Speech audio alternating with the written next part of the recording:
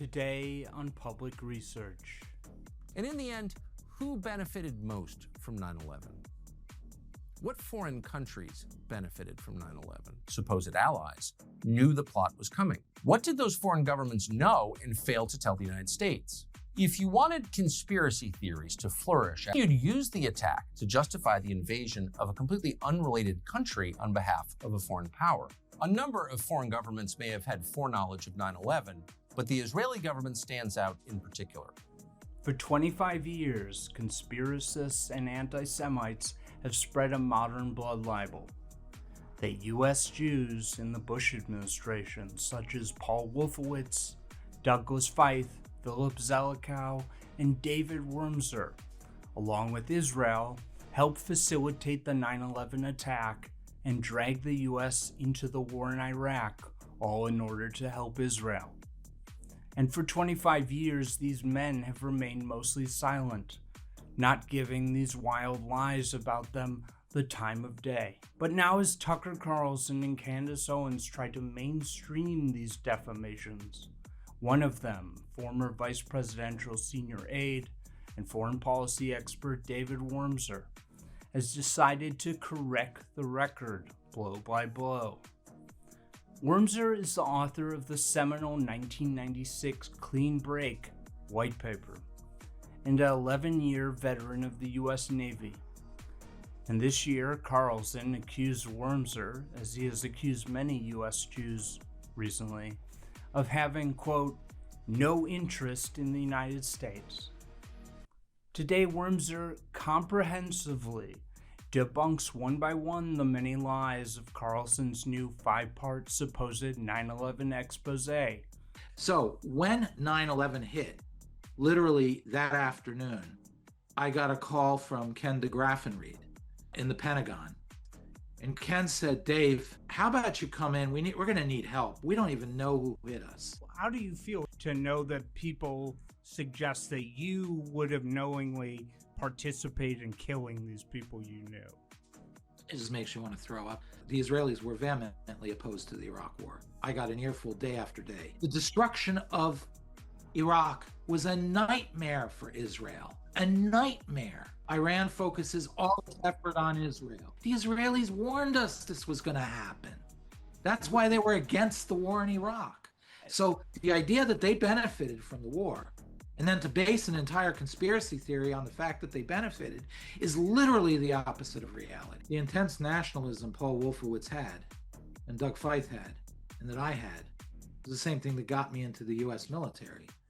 It's American nationalism. I do not want a single American troop ever to go to battle or die for Israel, ever. Did you help write PNAC, Rebuilding America's Defenses? Have you read it? I don't think so. I also called for the ending of American aid to Israel. This is all just lies. But they didn't need identification to get into the building. And they called it a clean break, a new strategy for securing the realm. What realm? Well, the realm was Israel, Greater Israel. Did you write the clean break to take over half of Iraq? This is lunacy. No. No. No. Benjamin Netanyahu is one of his greatest dreams to own half of Iraq as Israel? Absolutely not. This is lunacy. Is it one of your aspirations? Why would I want? I think Iraq's, look, I'm going to offend a lot of people. Iraq's a hellhole. Who wants Iraq? Does Paul Wolfowitz? Paul Wolfowitz was for the two-state solution, giving up half the land of Israel. Rumsfeld. I don't even know where he stood on Israel, but no. Douglas Feith? Douglas Feith did not believe in any greater Israel at all beyond the Jordan River. Paul Wolfowitz? Totally against it. Nobody in his right mind. I never heard of this idea of Kuwait and Iraq as part of Israel. Korea was really what Wolfowitz was interested in. They wanted a two-state solution? Absolutely. Wolfowitz and... They did not oppose Oslo. Actually, if you read the report, it says very clearly, America should not militarily intervene in Iraq. There's no way over the long run you can keep things secret. Too many people are involved with too many things, especially on such a grand level. 90% of what we need to do to fight anti-Semitism is not to try to reason with anti-Semites.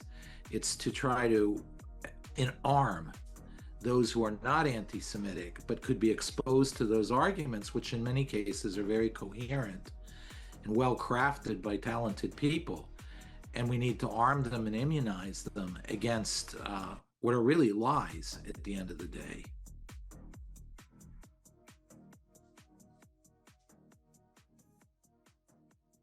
Anti-Semitism is rising globally, driven by figures like Candace Owens, Ian Carroll, Nick Fuentes, and now Tucker Carlson. As these figures push out their vile defamation of Jews and the Jewish state, they are keen on pushing out a new version of history, in which the Jews are the chief villains at every turn.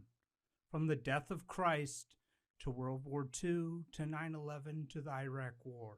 The villain of World War II, Tucker and his favorite historian, the Holocaust revisionist, Daryl Cooper, argue is Winston Churchill, not Hitler. Churchill was the chief villain of the Second World War. And Churchill was ultimately just a mere pawn of Jewish Zionist bankers. Why was Winston Churchill such a dedicated booster of Zionism? You read stories about Churchill going bankrupt, getting bailed out by people who shared his interests of Zionism. I think he was put in place by people, the financiers, by a media complex that wanted to make sure that he was the guy who was representing Britain in that conflict for a reason. So Jews are the villains of World War II, ultimately, not Hitler. They're the real bad guys. He also argues that the Holocaust was a mere logistical error. Germany, they put themselves into a position. They launched a war where they were unprepared, and they just threw these people into camps, and millions of people ended up dead there. And they're writing back to Berlin saying, we can't feed these people. Rather than wait for them all to slowly starve, wouldn't it be more humane to just finish them off quickly now? 9/11, they argue, was an inside job, perhaps orchestrated by nefarious Zionists again. For evidence, they point to Jews all over the place. A Jew owned the World Trade Center. There were Israelis seen in New York City on 9/11. There were Jews in the Bush administration, and Jews who wrote white papers about foreign policy, like my guest today, David Wurmser. There's a belief among people who focus on anti-Semitism that you really shouldn't respond to it because it sort of gives gravity to the claims. I understand the logic of that, but for a long time, I've always thought, if that strategy was so good, why are we in such a bad place? So I think it's important to address these theories as they're being pushed into the mainstream by Tucker Carlson. So thank you for being here. Oh, no worries. I mean, you're absolutely right. When if anti-Semitism is a cancer, you don't worry as much about trying to correct the cells that are corrupted. You try to prevent it from growing into cells that aren't. So 90% of what we need to do to fight anti-Semitism is not to try to reason with anti-Semites. It's to try to arm those who are not anti-Semitic, but could be exposed to those arguments, which in many cases are very coherent and well crafted by talented people. And we need to arm them and immunize them against what are really lies at the end of the day. So really the public debate in a marketplace like the United States is of ideas, the audience that's really important to reach are the ones who really just don't know. And if you don't answer the anti-Semites, whatever their narrative is, that will be the narrative that is. So there's an immense importance in arguing against the anti-Semitism, but for not to try to convince them. Yeah, and I was thinking back to our first interview, and we had mostly discussed the Gaza war. And at the end, I was going to ask you about this, and I was a bit nervous because it's basically people accusing you of being in this horrible plot. But I was thinking back to it, and I remember my tone was almost, there was some levity. Oh, maybe, Dick Cheney and you could watch one. And now, 2 years into the Gaza war, the situation is so dark so scary. I could go on and on about why it is. We see elements of the left embracing figures like Tucker Carlson and Candace Owens as they push this stuff. I'm a Tucker fan now. Are you a Tucker fan now too? We see figures like Megyn Kelly flirting with it. As for my decision to platform Tucker, too bad, too fucking bad. I love him. I don't think he's an anti-Semite at all, but I don't really care. They are essentially, and this is Sigmund Freud was a Kabbalist, and they believe in bisexuality. They worship Baphomet. They are trying to use psychology to introduce, and I read this in a book by a Jewish historian, to make their religion the religion of the world, Yes. right? Which is a pedophile-centric religion that believes in demons, it believes in child sacrifice, and it is the reason that we have the circumstances that we are in today. Oh, she's brilliant. Candace is brilliant. And when I think of the need to do this, there's not much levity anymore. So I think we should just watch I've shortened, condensed Tucker Carlson's series on 9/11 and allow you to basically give your commentary. And I'd like to say something about Tucker Carlson because, disturbingly, he is still just referred to as a mere conservative commentator. He's invited to the All In podcast. I'm just going to state some facts about what he's done on his podcast recently. He's had on guests that say the Holocaust was a logistical error, that Churchill was the villain of World War II. He's had on guests that say we should have allied with Hitler. We should have been, one can make the argument we should have sided with Hitler and fought Stalin. I mean, I could go on and on. Well, first of all, that right off, I mean, the people he's platforming were heroes of the far and radical left, the pro-Soviet left, people like Bernie Sanders. He's brought on Ben Cohen, Jeffrey Sachs. These are people who don't belong in the right. They never considered themselves part of the right. They were never the right. So it's difficult to understand how this is characterized if he's platforming people from the radical left, how he's not somehow impugned from that as well. Oh, and I should say, full disclosure, I mean, I wasn't able to vote. I was fairly young, but I was not a fan of Bush.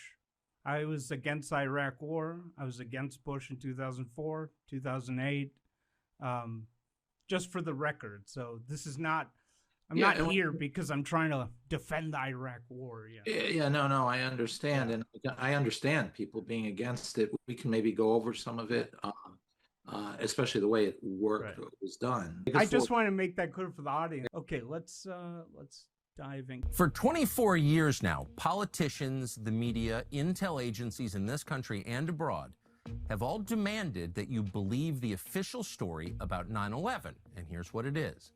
They tell you a group of al-Qaeda-affiliated terrorists, many of whom were known to U.S. intel services, somehow managed to evade capture for years as they planned the most significant and elaborate terror attack in human history.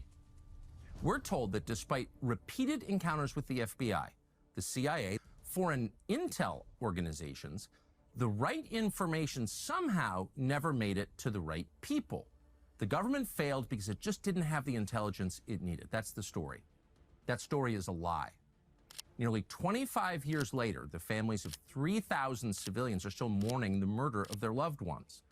Anyone who doubts the official narrative is cast as a kook.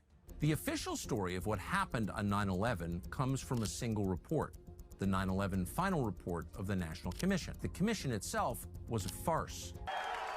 Rather than get to the bottom of what actually happened, the Bush administration immediately exploited the crisis to push for what it really wanted, which was an invasion of Iraq. In his book, Against All Enemies. All right, first of all, about knowing about these people, first of all, some were not known, but many were on our radar here and there, but they weren't fingered as real threats. When you go back over the intelligence, and I did, I was the first, in fact, to go back over all the intelligence. That's what my job really was when I set up that intelligence oversight, that policy cell overlooking intelligence. Having been an intelligence officer myself, a senior intelligence officer myself, with fresh intelligence knowledge for the decade before in the Middle East.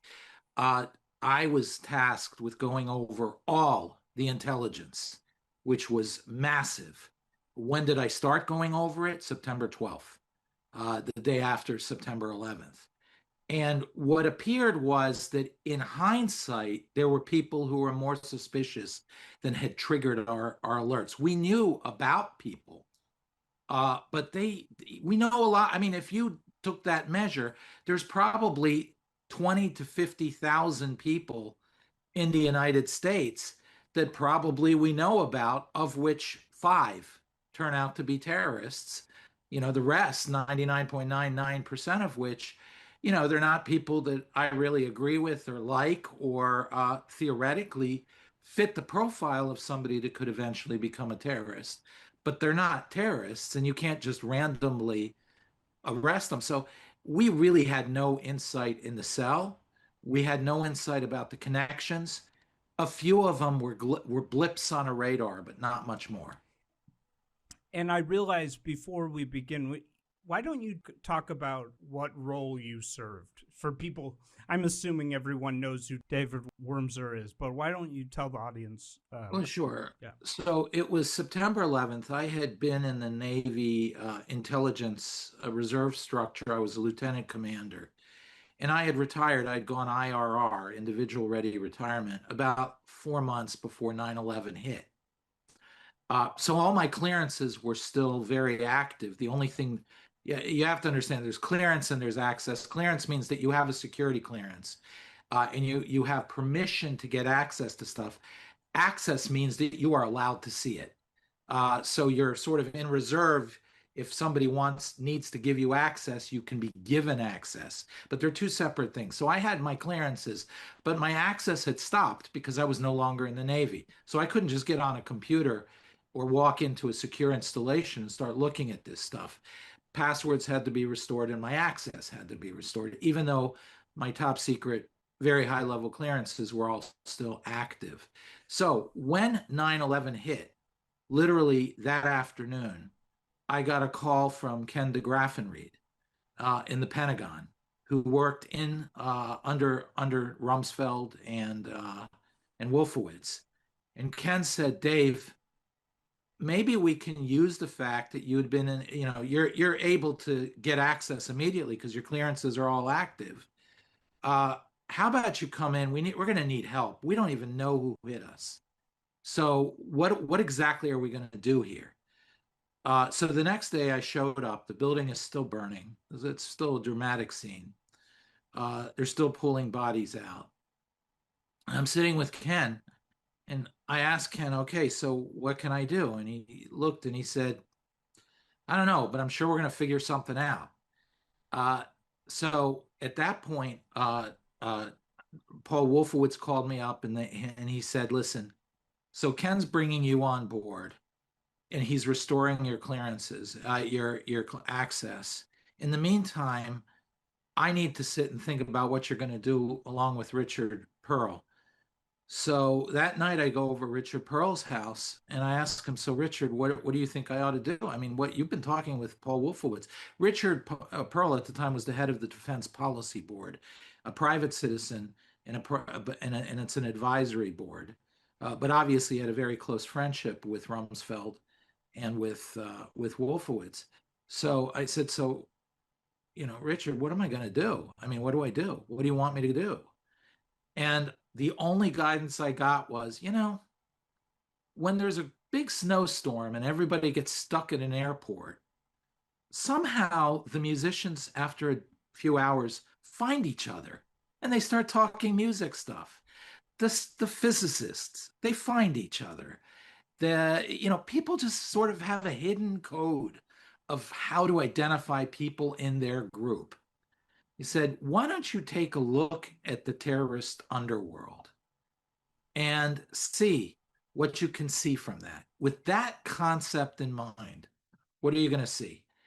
So the next day I walk in and Ken de Graffenried walks me into a very secret part of the facility.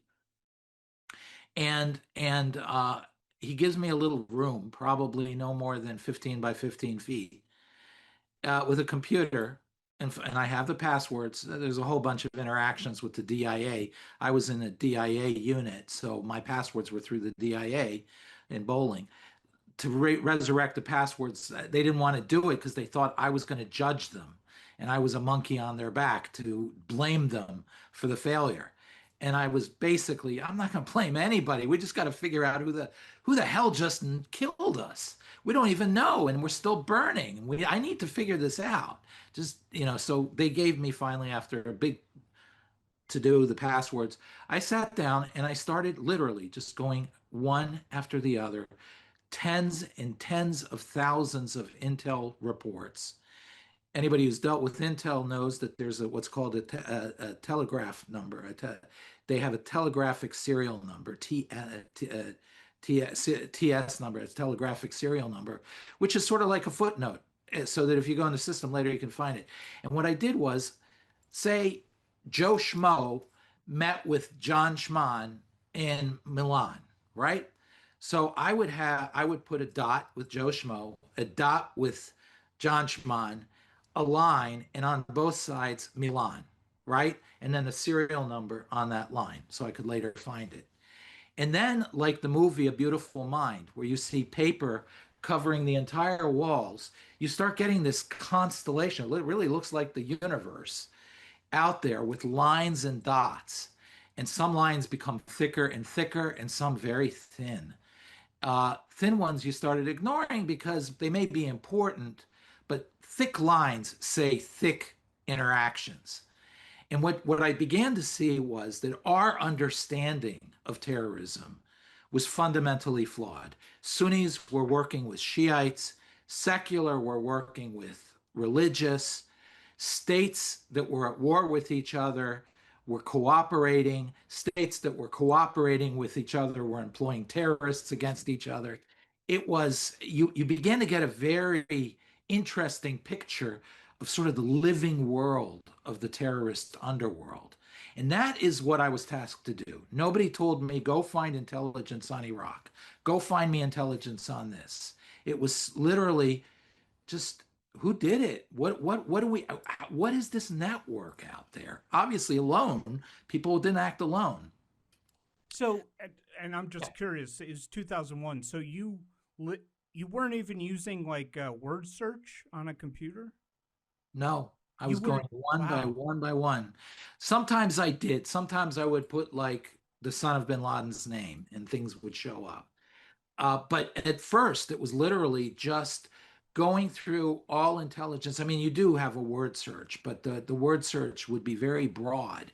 It would be various structures of, like, for example, PFLP or Al-Qaeda, things that broad. So you basically, whatever comes up, comes up. So did you basically go to the librarian of the NSA or the CIA and say, hey, give me everything you got, of course, on bin Laden, also this group, this group, this group, this group? Well, the place in which I was doing my reserve duty beforehand had pretty much universal intelligence clearance. So by restoring my password, pretty much everything the CIA, DIA, Treasury, State Department, INR, pretty much the entire universe of intelligence would come into that computer terminal. And not operational. Like, I didn't know where our nuclear weapons were. I didn't know where our ships were. That's a different structure. That's operational. This is intelligence. So pretty much I had universal access to anything we saw about anybody out there. We're going to go back to the video in a second, but one question, and I have to, I realize in my role, play devil's advocate. So I have to play Tucker's advocate, I guess. So for the audience, needs answers. For the audience, I'm going to have to play that role. So I'll play Tucker here. Well, everybody knew it was bin Laden right away. So what were you doing after? I'm even going to talk like him. So what were you doing after we knew? Then did you start looking for Iraq to sell the war? Well, for the first 24 hours, we didn't know at all who did it. Then we assumed it was bin Laden because they seemed to be pretty happy, and I think fairly soon, I can't quite remember whether it was 2 or 3 or 4 days after, but they were crowing about their success. So they claimed credit pretty quickly. But no, we knew bin Laden was probably involved after about 24 hours. But until that point, we really didn't have any really clear idea. This was you cannot overstate the level of chaos and confusion that was immediately in that set in. So, but how long were you doing the strings? Just for those 20 hours, or? No, those strings. No, I did it over 4 or 5 months until I went to the State Department in I guess it was close to March. So this is from September 12th to March. And I came up after about a month, I got 1 or 2 people to work with me. And what did I do? I pulled them in from my reserve unit because they too had clearances and they too could see everything. So once you know it's bin Laden, I assume you're like looking for connections to bin Laden? Is that basically? Well, no. What I did was every name that would come up in connection, I would then do the word search for and see what his connections were, and then what those connections were. So I was really like, it's kind of like a spider web, expanding. And then you'd start getting weird things, like it expands with very thin lines. And then all of a sudden, you get this one terrorist sitting in Argentina with one terrorist sitting in Vienna, and all of a sudden, thick lines, interactions. And then you realize, holy mackerel, that's something we didn't see. So and by the way, at the same time, you would start getting stuff like they would have a meeting in Baghdad, or they would have a meeting in Tripoli, Libya, or so-and-so met with them, or they were in a safe house identified with this terrorist organization that is generally identified with this country, or this behavior. And then I went backwards also. I started looking at the behaviors of various terrorist organizations in the weeks before the attack to see if there were any unusual behaviors. Like, did they start burning all their documents or anything like that? The equivalent of shredding, so on and so forth. So it was really wherever these lines would take me, I went. And then I did further searches. So you're saying if there was no 9/11, you probably weren't going to be in the Bush administration, or you weren't sure? No, I was already en route to the Bush administration, but it was working in the State Department. Undersecretary of State at the time, John Bolton, wanted me to come in, working on arms control issues, arms control and proliferation. But the problem was that despite my high-level security clearance at the Pentagon, Richard Armitage looked at me like this ally of Rumsfeld, having come from the Pentagon and the world of Dick Cheney and John Bolton and Richard Pearl and Paul Wolfowitz. So he looked at me with tremendous suspicion, and he used every technicality to hold up my clearance going into state. And this was sort of like the Colin, it was, I think, correct me if I'm wrong, it's sort of the Colin Powell crew, Armitage, the guy who's become a total anti-Semite nut, Wilkerson, who worked for Larry Colin. Wilkerson. Yeah, Larry Wilkerson. So it's sort of that faction. It was, and it goes back. Okay. Right? Richard Pearl and Armitage were together at the Pentagon, Right. and they're very territorial. It started really more territorial than ideological at the beginning, to be honest. Okay, let's dive back into the series.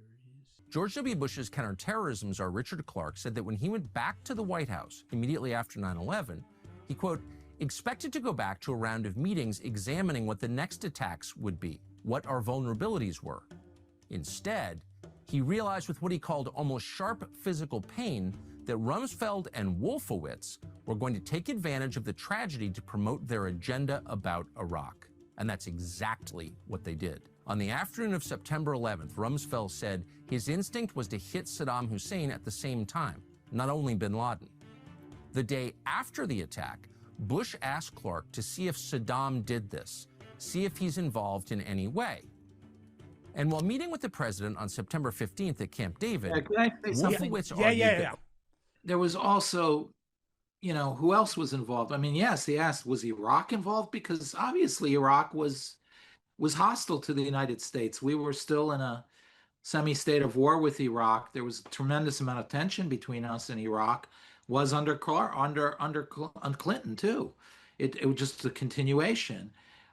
There was a general feeling everywhere in the United States, and people under 35 don't remember this, but there was a feeling before the war that Iraq was not a resolved problem, that Saddam Hussein was still dangerous but contained, but containment was beginning to unravel. There was a proposal of smart sanctions that was put forward precisely because containment of Saddam was unraveling. So Megan O'Sullivan at State Department, policy planning head at State Department, already proposed in the months before 9/11 that we have to shore up the sanctions against Iraq. But the only way we could really do that was to pull back and have more focused sanctions, as she put it, smart sanctions. So, okay, there's these things, maybe they're not that important. Let's just not waste effort to go after those. Let's really pull back to the core. So there was this general sense that containment was beginning to unravel, that the world had tired of it all, and that Saddam was beginning to get a bit nervous. So there was clearly a sense of that. But there was also a sense that Iran was a problem and North Korea was a problem. North Korea's nuclear program was galloping ahead. Libya had been solved in terms of sort of being cowered into some sort of quiescence, we thought, but there was a lot of activity there. So yes, there was concern about Iraq, but it wasn't exclusive to Iraq. I told you about the Steve Cole book that is great that he put out about Saddam. And there was a very interesting part of it. I think people urged Saddam after 9/11 to give condolences to America. And there was a lot of stuff in the book about if he had just done that one thing, that could have just been a major dissuaded people from, maybe the war wouldn't have happened. Well, it depends on him. You know, I mean, if we had intelligence that led to him, I don't think his contriteness would have helped all that much. So you don't think it would have? No, I don't think, because, you know, we know what crocodile tears are, and we knew that this was a man who didn't have contrition in his vocabulary. So there really was no, I mean, I don't want to say that there was no redemption for him. There obviously could always be redemption if he suddenly said, listen, okay, Scott Ritter, you guys from the IAEA, you guys from El Barade's IAEA, you can come in. We're not going to play games anymore. We're not going to move stuff around when you come in. I mean, there were ways he could have redeemed himself. There's no doubt. Never would have liked him, but we would have had to accept his redemption. But by the way, one last thing about this. I can't say for sure what was in Paul Wolfowitz's head. I mean, only Paul Wolfowitz knows what was in Paul Wolfowitz's head. I know what he asked me to do. And what he asked me to do was open book. He did not say find connections to Iraq. It was open. Figure out who the hell did this, period. That's it. Well, according to the conspiracy theory, there was no mystery. You guys all had your set plan and were just, you'd been rehearsing this for years. All right, well, let me go to the product. When I left after 5 months, this is before the Iraq war started. I left in, as I said, I think February 92. The war started a year later in Iraq. I had to sort of put together in PowerPoint everything that I had found. Not everything, but the key parameters of what I had found. And of the slides, of which there were, I believe, somewhere between 120 to 140 slides. This was not a PowerPoint that was short. This was a thick, it could have lined quite a few canary bird cages. Of those 120 to 140 slides, if it were designed to service a preconceived plan, everything would have bent back to build a case for Iraq's involvement in striking Iraq. Instead of the 120 to 140 pages, and I'm sure that some industrious guy, whether if the security clearances, security classifications of it are already gone OBE, or whether they will sometime in the future, I'm sure some PhD student will go over all this because it's in the archives. Of that, maybe 1 to 3 pages dealt with Iraq. And I just want to add one. You mentioned about how people under 35 don't remember Saddam at all, how crazy, and it was crazy anti-Semite, firing Scud missiles at Israel, and all sorts of crazy stuff. They don't know that. Also, one note that people to put yourself in the mindset of 2001. I remember it.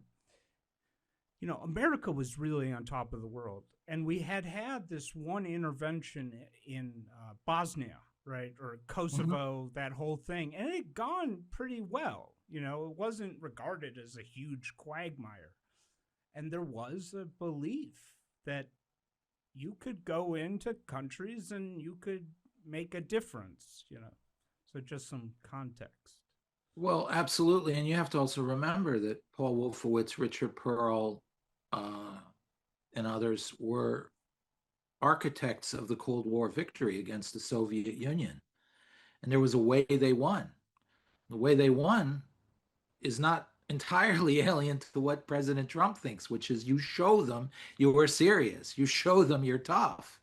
They will buckle and they will eventually implode because their people will turn against them. These regimes live and breathe on terror to their own population. So there was a fundamental faith in the fact that these regimes were at war with their own people first and foremost, and that with enough pressure against them, or in the case that eventually happened with Iraq, military assault, the people themselves would be the benefactors first and foremost and benefit. And we had the experience of the Cold War and the happiness we all felt.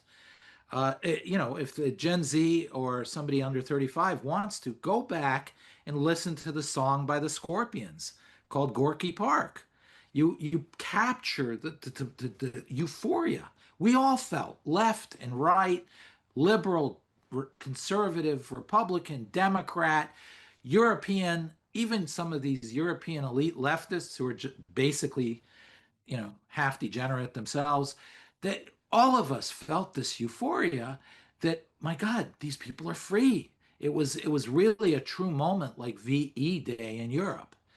And that affected, and maybe not properly, it affected, quote, the neocons, that people matter, freedom matters. Free people don't want to really go to war with one another. They want to mind their own business. But tyrants drive their people to despair and constantly need warfare in order to justify the repression, the terror, the horror. Yeah. So there really was this sense, and it did affect Rumsfeld and Cheney and Pearl and Wolfowitz and so forth. Right. There's nothing nefarious about it. Right. So in their mind, when they're looking at Iraq, in a way, I would imagine they're sort of seeing maybe Poland and the solidarity movement, thinking about, oppressed people waiting for freedom.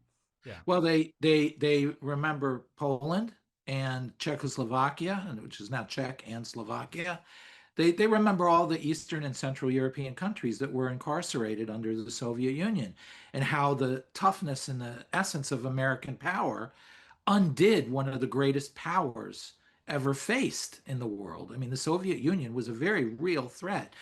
Saddam Hussein was an afterthought, an asterisk compared to the Soviet Union. Right. But I would add one more thing. It isn't just that they were sort of this Cold War threat. This was also an active threat because Saddam Hussein had gone to war and invaded all his neighbors. And when one war bogged down like Iran for 10 years, and he had to sign a ceasefire, because if he didn't, it's possible he could have collapsed and Iran came to Baghdad. He sat for 2 or 3 years. He sat for 2 or 3 years, and then he attacked Kuwait. And so there was this constant fear with Saddam that this was a man with ants in his pants. He every few years has to go to war, and the pattern was extreme, and it's also internal. He slaughtered people in waves, whether it was in the south in 91 with the Shiites killing 250,000 people, 250,000. It's in the north killing 500,000 Kurds a few years later. He just had to be gassing them. And internally, the brutality. This was sadism in power. We forget how cruel this regime was. Again, for the young people who want to see, there's this famous video where he convenes the whole the council of his government with maybe 500 people in an auditorium. And then he starts reading off names of people he imagines to be his enemy. And you see them walking out, and they're all sweating. And you see them taken out the door, and then you hear gunshots. And then he calls the next name. And they all you hear gunshots. And they all start getting up and giving speeches about and they start Hussein is the greatest. No. You could see people in sheer horror of their own lives, of what was happening, because they thought in the end they'd all get killed. So at the end of the day, you have to understand who this was. This was not a stable circumstance. And Saudi Arabia and Kuwait were the first and foremost to be terrified and nervous, because they were the neighbors. And one last note before we go back to it. Again, Steve Cole's book, The Achilles Trap on Saddam Hussein, he basically made a series of really stupid decisions after 9/11. He could have said condolences to America. That was one. Also, he had once, I believe, had a nuclear program in the 90s.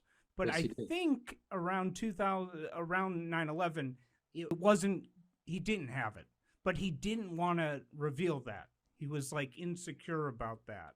Yeah. And if he had just he did a lot of suspicious things. I mean, the idea that we pushed intelligence was really bizarre, because the intelligence community was absolute that he was maintaining and husbanding certain assets, and that he was intent on breaking out at the first moment that containment started faltering.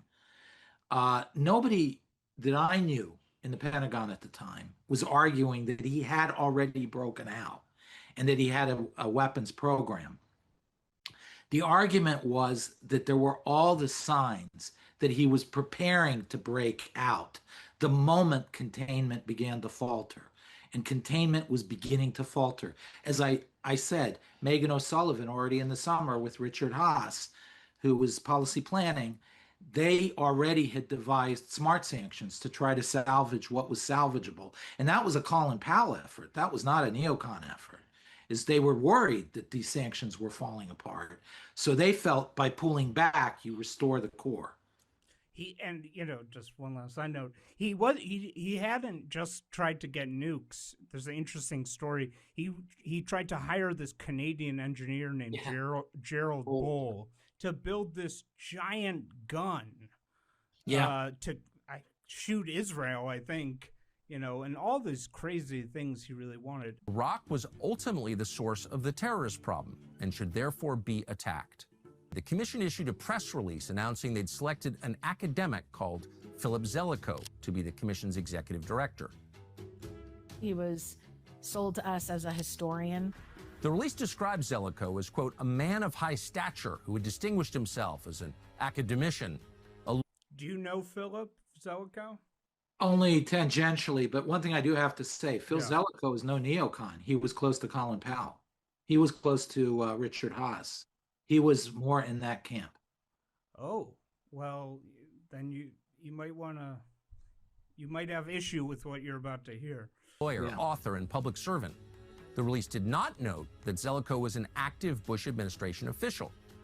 It also failed to note his extensive ties to Condoleezza Rice. In 2002, at Rice's behest, Zelikow authored a policy paper championing preemptive invasions. And this cemented his role as a key architect of the disastrous invasion. Yes, it's true that he was also very close to Condoleezza Rice. But remember, Condoleezza Rice was extremely close to Richard Haas, who was in the camp of Colin Powell and Armitage and so forth. So this was the part of Condoleezza was in between camps, and this was her part that was with that camp. See, this is why we had to do this. Invasion of Iraq.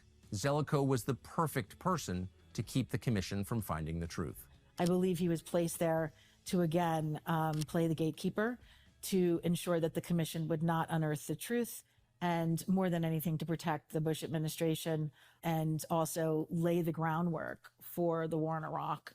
Zelikow's first move was to pre-write the entire report before the facts were in. In March of 2003, before the investigation had even begun. Wait, I'm just Wait a second there. Yeah. You notice the timeline. He's essentially saying the 9/11 Commission was a whitewash, heading toward the idea of Iraq, right? Yeah. The only problem is the commission didn't even get to work until after the Iraq War began. Oh my God. So Phil Zelikow here, the 9/11 Commission, this is already long after all the gears toward war with Iraq were being put in place. The 9/11 Commission report came out on July 22nd, 2004. So this a year after Iraq. A year after Iraq. So Tucker Carlson says they picked Zelikow because he had to write the report, and in the report there would be all this propaganda go to war with Iraq, except the report comes out well after the Americans. Well, what he's doing is he's convoluting. He's convoluting the argument that there was an ex post facto justification of Iraq that the 9/11 Commission was to do. Namely, we went to war with Iraq because we wanted to go to war with Iraq without any evidence. But then, oh my God, we woke up. Everybody was beginning to get nervous about Iraq. So we designed this program to justify the war with Iraq. But then he also says that we designed from the beginning the case to go to war with Iraq, and that we had predetermined that Iraq was behind it and pre-set and put in stone, and I'm sure I'll get to it, about the special plans and what I did and others. And all this, he's convoluting what was done before the war to prepare and lead to the war, and what was done after the war to explain and sort of mix them together. Also, you were in D.C., obviously, during this, but I remember this. I was young. I was in, grade school, but I remember. Basically, 9/11 happens and the Iraq war stuff. You did not hear. I mean, there was some news reporting about the commission, okay? Like, who were they going to pick for a week or whatever. But you basically, after that, you didn't hear about it till 2004. It had there was nothing like, oh, and the commission says Iraq might have done it. That wasn't. A lot of us didn't really put a lot of weight into the commission anyway. We weren't paying attention. No, we weren't paying attention to the commission because by 2004, we were trying to deal with Iraq as it was, not trying to justify it. Number one, and number two, there were other big issues on the table: Iran, North Korea, and so forth. But more importantly, there were also a lot of things. The commission was a bipartisan thing. It was not something. I personally don't have a great deal of respect for some of their findings, to be honest. Zelikow had already prepared a detailed outline. Zelikow gave himself total control over the hiring process. He was regularly taking calls from both Condoleezza Rice and Karl Rove. From the outset, Karl Rove and Condoleezza Rice, neither are neoconservatives. Neither are part of the group that one thinks of when one thinks maneuvered us into war with Iraq. Neither had any particular history of focus on Iraq. They were loyalists to the Bush family.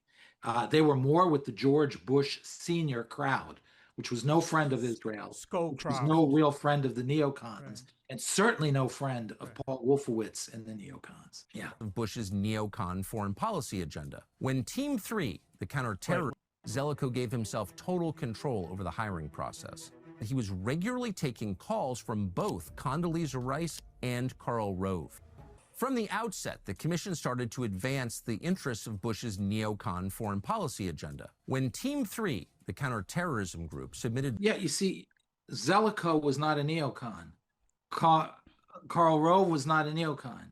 Condoleezza Rice was not a neocon. So he's sitting there saying that from the beginning that they were advancing the agenda of the neocons. But these aren't neocons, and he has no evidence of that. And Zelikow was no neocon. In fact, in many ways, they were against the neocons and wanted to dump some of the blame for the war on the neocons. And let's just be frank, he's framing this commission as super vital to the Iraq war happening. Let's just be honest here. It was basically forgotten until 2004. When it came out, very few people outside of Washington, D.C. ever read the thing. Okay? I mean, so, yeah. And it was after the war, not before. Yes. This outline, I don't know where. I never saw that outline. And if it was, he's talking about March, which is when the war started. You don't have an outline, go to war, plan the war within a week. Yeah, let's just say for younger people, when does the war in Iraq start?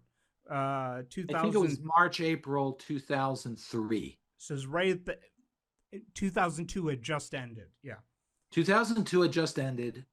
And then 1 or 2 months in, it got serious. And then in March, April 2003, the war began. And so the commission comes out. Well, we're in the middle of we're well beyond the start of Iraq. The whole selling the war, that is not true because it's already happening. And now we're in the 2004 campaign. I mean, right. And we already had gone through 2 wars. Remember, Iraq, for all due that Wolfowitz and rest wanted to go to war with Iraq.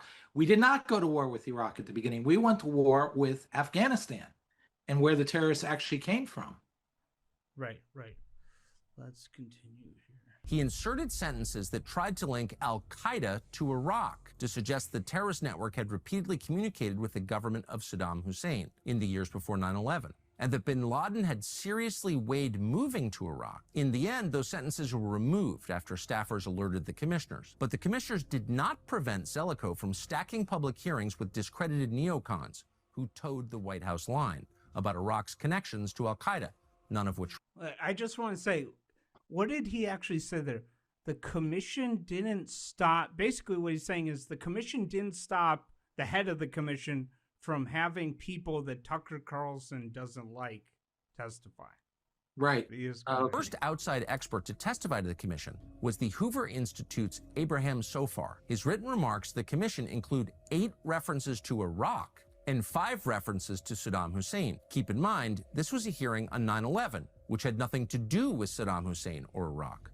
I would love, and I suspect that if I go and find the C-SPAN hearing, that I would not be surprised if he was asked about Iraq, which would partially explain that. Well, and you know, in the stuff, when I did do my big report, that 1 to 2 pages that I mentioned of the 120 to 140, there were 2 or 3 suspicious things of Iraq. There was no evidence from what I could see that Iraq, Saddam Hussein woke up, said, God, these Americans, we got to hit them hard. You know what, you, bin Laden, why don't you go and blow up the World Trade Center? There's none of that. There was no operational order, control, or anything we found. But what we did find was that there was this, as I said, this underworld of terrorism and an overworld of states which normalized the employment of terrorists. And it's like mafia, the mafia with hitmen. Hitmen's are for hire. Mafia are structures, right? So if they need somebody, they know that, you know, Joe the hitman lives on the east side of town and they need to hit somebody on the east side, they'll turn to Joe the hitman. But, you know, the problem is the mafia's enemy, the other mafia leader who operates in the east side, may also hire the same guy to kill some. These guys, they were employing, dropping, striking. It's an underworld that was for hire by an overworld that was at war with each other. Terrorism was the language through which many Arab nations interacted with one another. Iraq against Kuwait, against Saudi Arabia, Syria against Egypt, Egypt against Jordan. So to say that a terrorist group had tentacles or even a training camp in Iraq doesn't mean Iraq ordered the group. But the mentality that we had was we need to clean out this whole damn swamp, whether it's Iraq, Syria, North Korea, Libya. This politics of terrorism has to come to an end. And anybody who goes in and thinks that they can continue to play footsie with terrorists and employ terrorism as a normal instrument of statecraft will have another thing coming to them. So in this commission, I wasn't there. I don't know what he was driving at. I don't know what percentage of his testimony was about Iraq. He might have said 90 things about Iran. And nobody watched this hearing, by the way. This hearing was probably watched by like 5,000 people on C-SPAN. Probably at most, yeah. But I mean, at the end of the day, what I'm trying to say is, were there connections between Al-Qaeda and Iraq? Yeah, there were some. Right. Was it operational? Probably not. But we were out there cleaning out the swamp of terrorism as a whole. There was no real good concept of the war on terror, but in as much as there was, it was, we can't live with this. Europe is being racked by terrorism all the time. America's been hit by terrorism. Israel, Saudi Arabia, Kuwait, the more moderate Arab states were being devastated by terrorism. This normalcy of terror had to come to an end. Yeah. And we had to make it costly for nations to employ. And there was a success bias, and people probably looked at Iraq and thought, this is nothing compared to the Soviet Union. We can. Correct. So far spent most of his time at the public hearing talking about the need for preemptive invasions. The need for preemptive actions stems ultimately from the conditions of modern life. At the third hearing, Zelikow produced a florid and widely discredited neocon called Lori Milroy from the American Enterprise Institute. She appeared as a witness. There is substantial reason to believe that these masterminds are Iraqi intelligence agents. The 9/11 Commission report was a cover-up from beginning to end. That is true. And that's the most important starting point for those seeking to understand what actually happened on September 11th. I'm trying to find out where he bases that this is true, this is fact statement. He hasn't established that point at this point. Oh, well, according to him, Zelikow is not a neocon.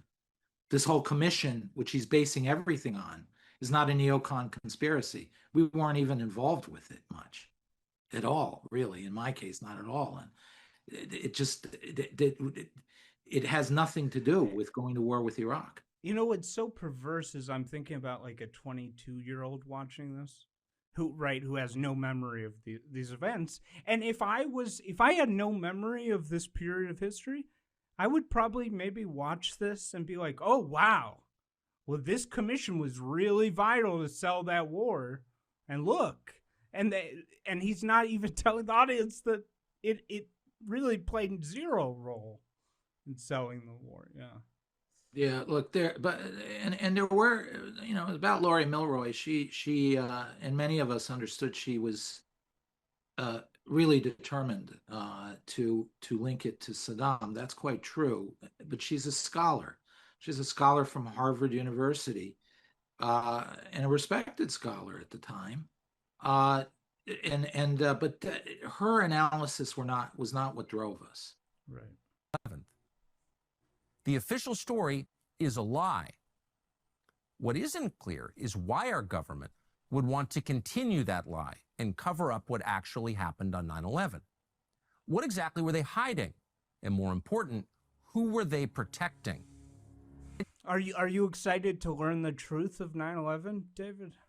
I am. Yeah. I really want to learn about the people I worked with and myself. I'm quite excited. Let's see. States had incredible intelligence on bin Laden and his plans, precise intelligence. On August 6, 2001, President Bush received a presidential daily briefing. Its title, literally, Bin Laden determined to... Now, I do have to stop and say something.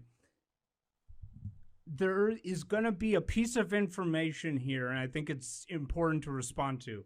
Because for me, I remember before this stuff was so pervasive and scary, I would watch these 9/11 truth documentaries just for, fun.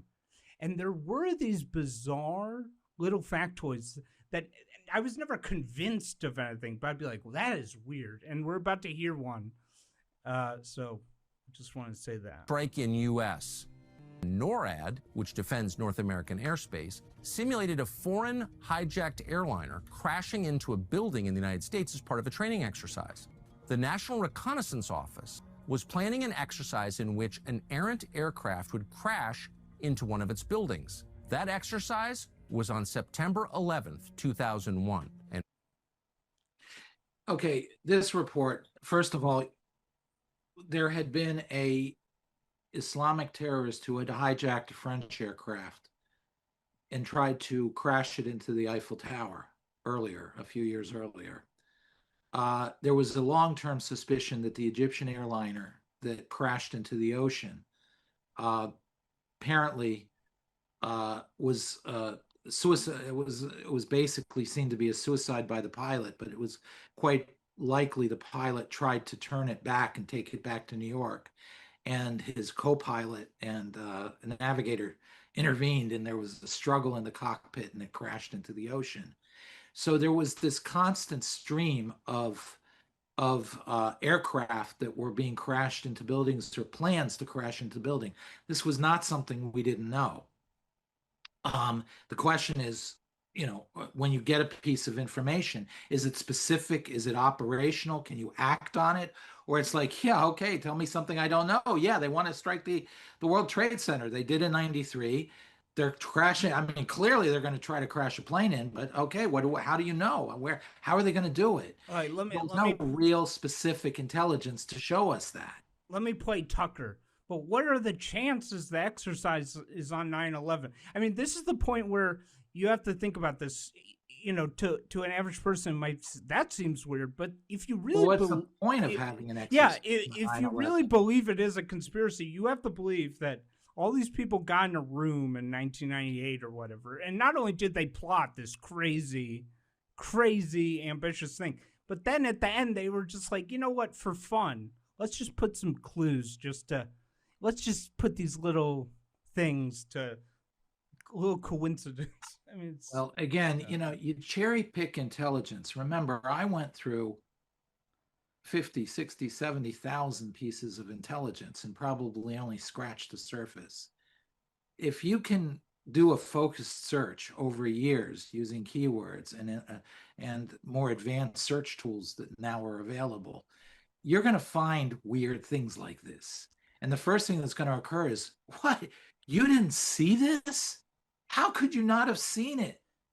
Well, Roosevelt did not intentionally involve us in Pearl Harbor.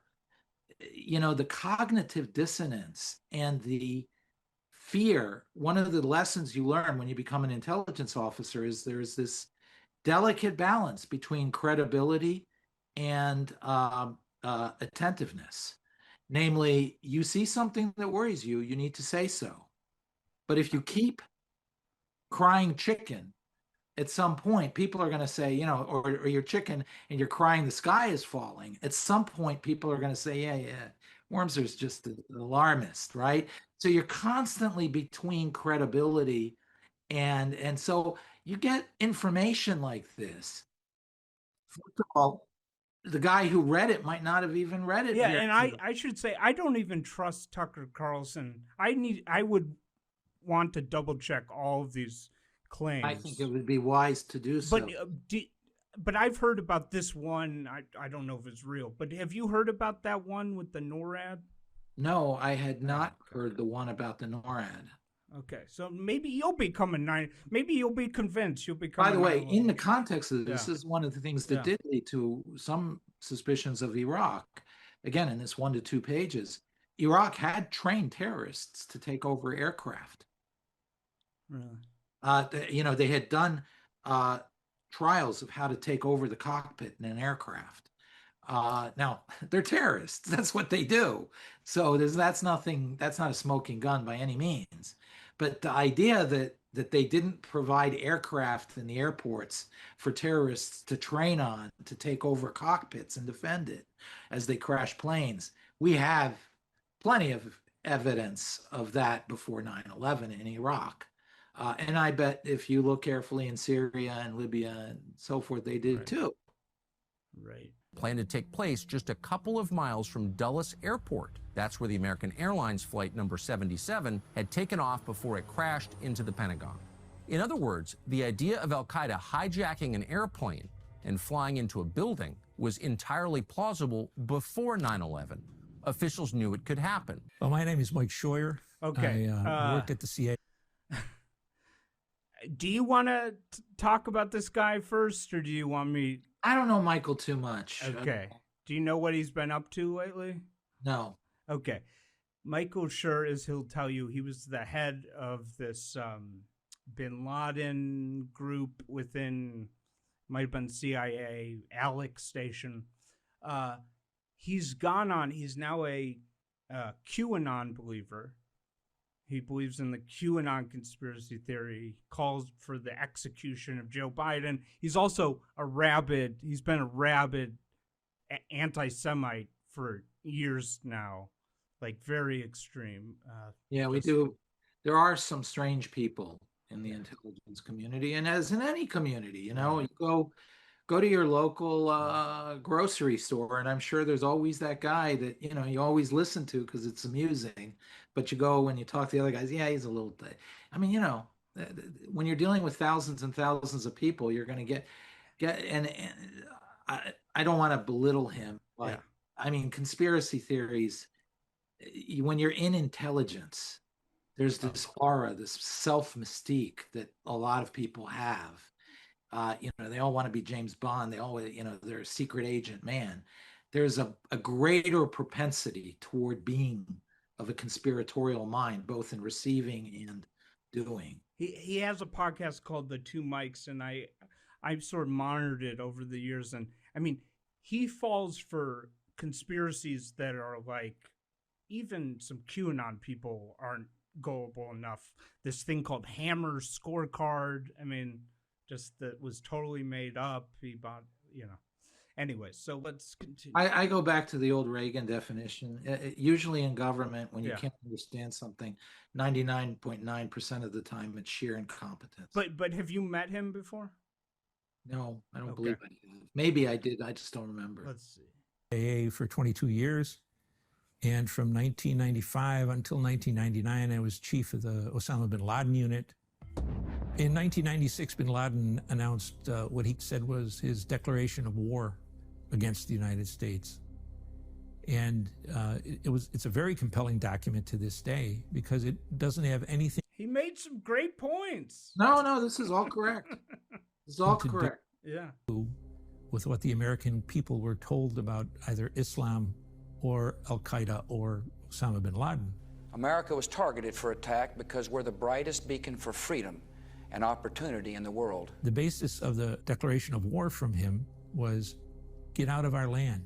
That was a compelling message within a Middle Eastern framework that had been dominated by the United States government and the Israelis since the end of World War II. The CIA created something called ALEC Station, otherwise known as the Bin Laden Unit, which Mike Scheuer ran. But as it turned out, not everyone at the CIA wanted to help fight al-Qaeda. So we wanted some basic information about Osama bin Laden, his bank accounts, his health information, his educational information, very basic things. We kept sending a message because it was important. We were building a base of data. And one of the last dumps of overhead imagery we got happened to show a child swing set And they suddenly said, oh, we can't do that. What if that picture gets out and we'll be responsible? A clear pattern emerged throughout Scheuer's tenure at Alex Station. Whenever there was a chance to kill or capture Osama bin Laden, the Clinton administration chose not to do it. At the same time, then CIA Director George Tenet is reported to have said that he was surprised to hear the White House was awaiting a conclusion from him on responsibility for the Cole attack. Everyone already knew who did it. It took Bill Clinton just 13 days to respond to the embassy bombings, but for some reason, a reason that has never been explained, he had no response at all to the attack on the USS Cole. Even more bizarre. Maybe because it was the final days of his presidency? Well, there could be that. And the second thing is, if you remember when we responded before, we struck, what was it, the Al-Qaeda bases in Sudan, was it, I think, and so forth. And then we got an earful about hundreds of people, innocent people killed. So, Bill Clinton was not, he was very sensitive to public opinion. And again, America was had still in the basking in the victory in the Cold War. There wasn't a very deep sense of threat per se. There was no sense that he would hit us the way he did, obviously, in 9/11. It was just a hole in the boat, really. Right. So the cost of hitting him was very high for what the public, what Bill Clinton felt the public would bear. But I don't know what was on Bill Clinton's mind. I just know he was averse to really striking back against terrorism. He felt that ultimately, root causes, you undermine terrorism's font of supply of people and grievance.